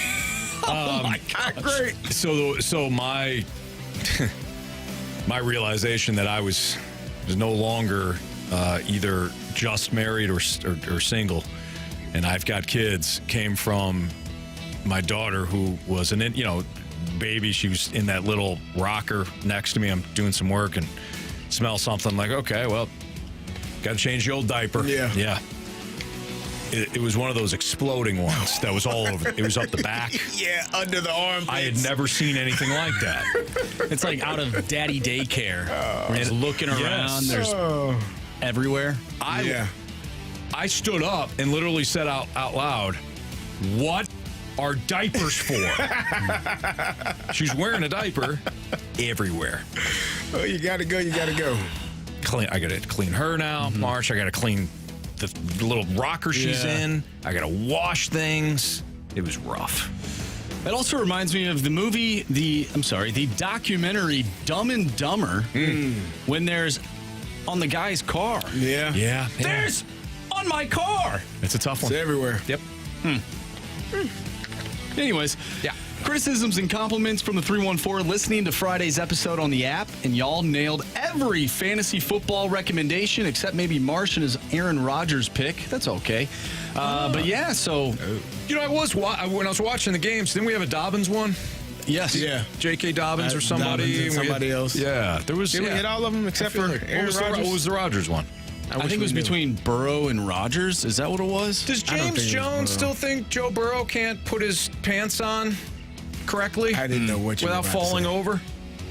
It was James Jones, right? Who called Joe Burrow a steaming hot pile of crap after 1 week? Okay. All right. Anthony, they still lost. They did. Because of the refs. Oh, come on. How could you do that to your team for 2 weeks? My 2-week team. You listened earlier, I thought it was pass interference too. Yeah. It wasn't. Real quick before we get to 3 stars of the day, I'm going to summarize this. We have a listener who is from California, moved to St. Louis in 2019, is a fan of the Yankees, went to a game this past week, and loves the atmosphere at Busch Stadium, wants to know if he or she should become a Cardinal fan now while they're not good, or wait to become a Cardinal fan, but then doesn't want to be known as a bandwagon fan. If you're a Yankees fan, I mean, can you be a Yankees and a Cardinals fan? Is that possible? I mean, what if they play each other in the World Series? Well, some people do the whole they're my NL I got my NL team. I don't have an AL team. I don't have another baseball team. Well, imagine being upset about 2 teams. True. What I like to do is I have a playoff team because mine usually doesn't make the playoffs. So gotcha. Yeah, that's how I do it. Man, Kansas City Chiefs. Chiefs, yeah, that's right. Yep. All right, 3 stars of the day. Our 3rd star of the day goes to the lineup people card gods. Yes. I like them folk. Yes. 2nd star of the day goes to the Sudden Death Cup. Oh, yes. The Sudden Death Cup, absolutely, yes. Right here on 101 ESPN, no doubt. And of course, if you were listening at the very beginning of the show, you know that we were doing a little rosterbation. That's right. 1st star of the day, rosterbation. Your St. Louis Cardinals. Absolutely. Yeah. If you didn't like a little rosterbation talk, I don't know what you're doing, quite frankly. I really don't. All right, that'll do it for us. For Andrew Marsh, Carey Davis, I'm Anthony Stalter. Eagles, Falcons, pregame, 6:30. Got the kickoff right here on 101 ESPN at 7:15. Thanks for listening, everybody. See ya.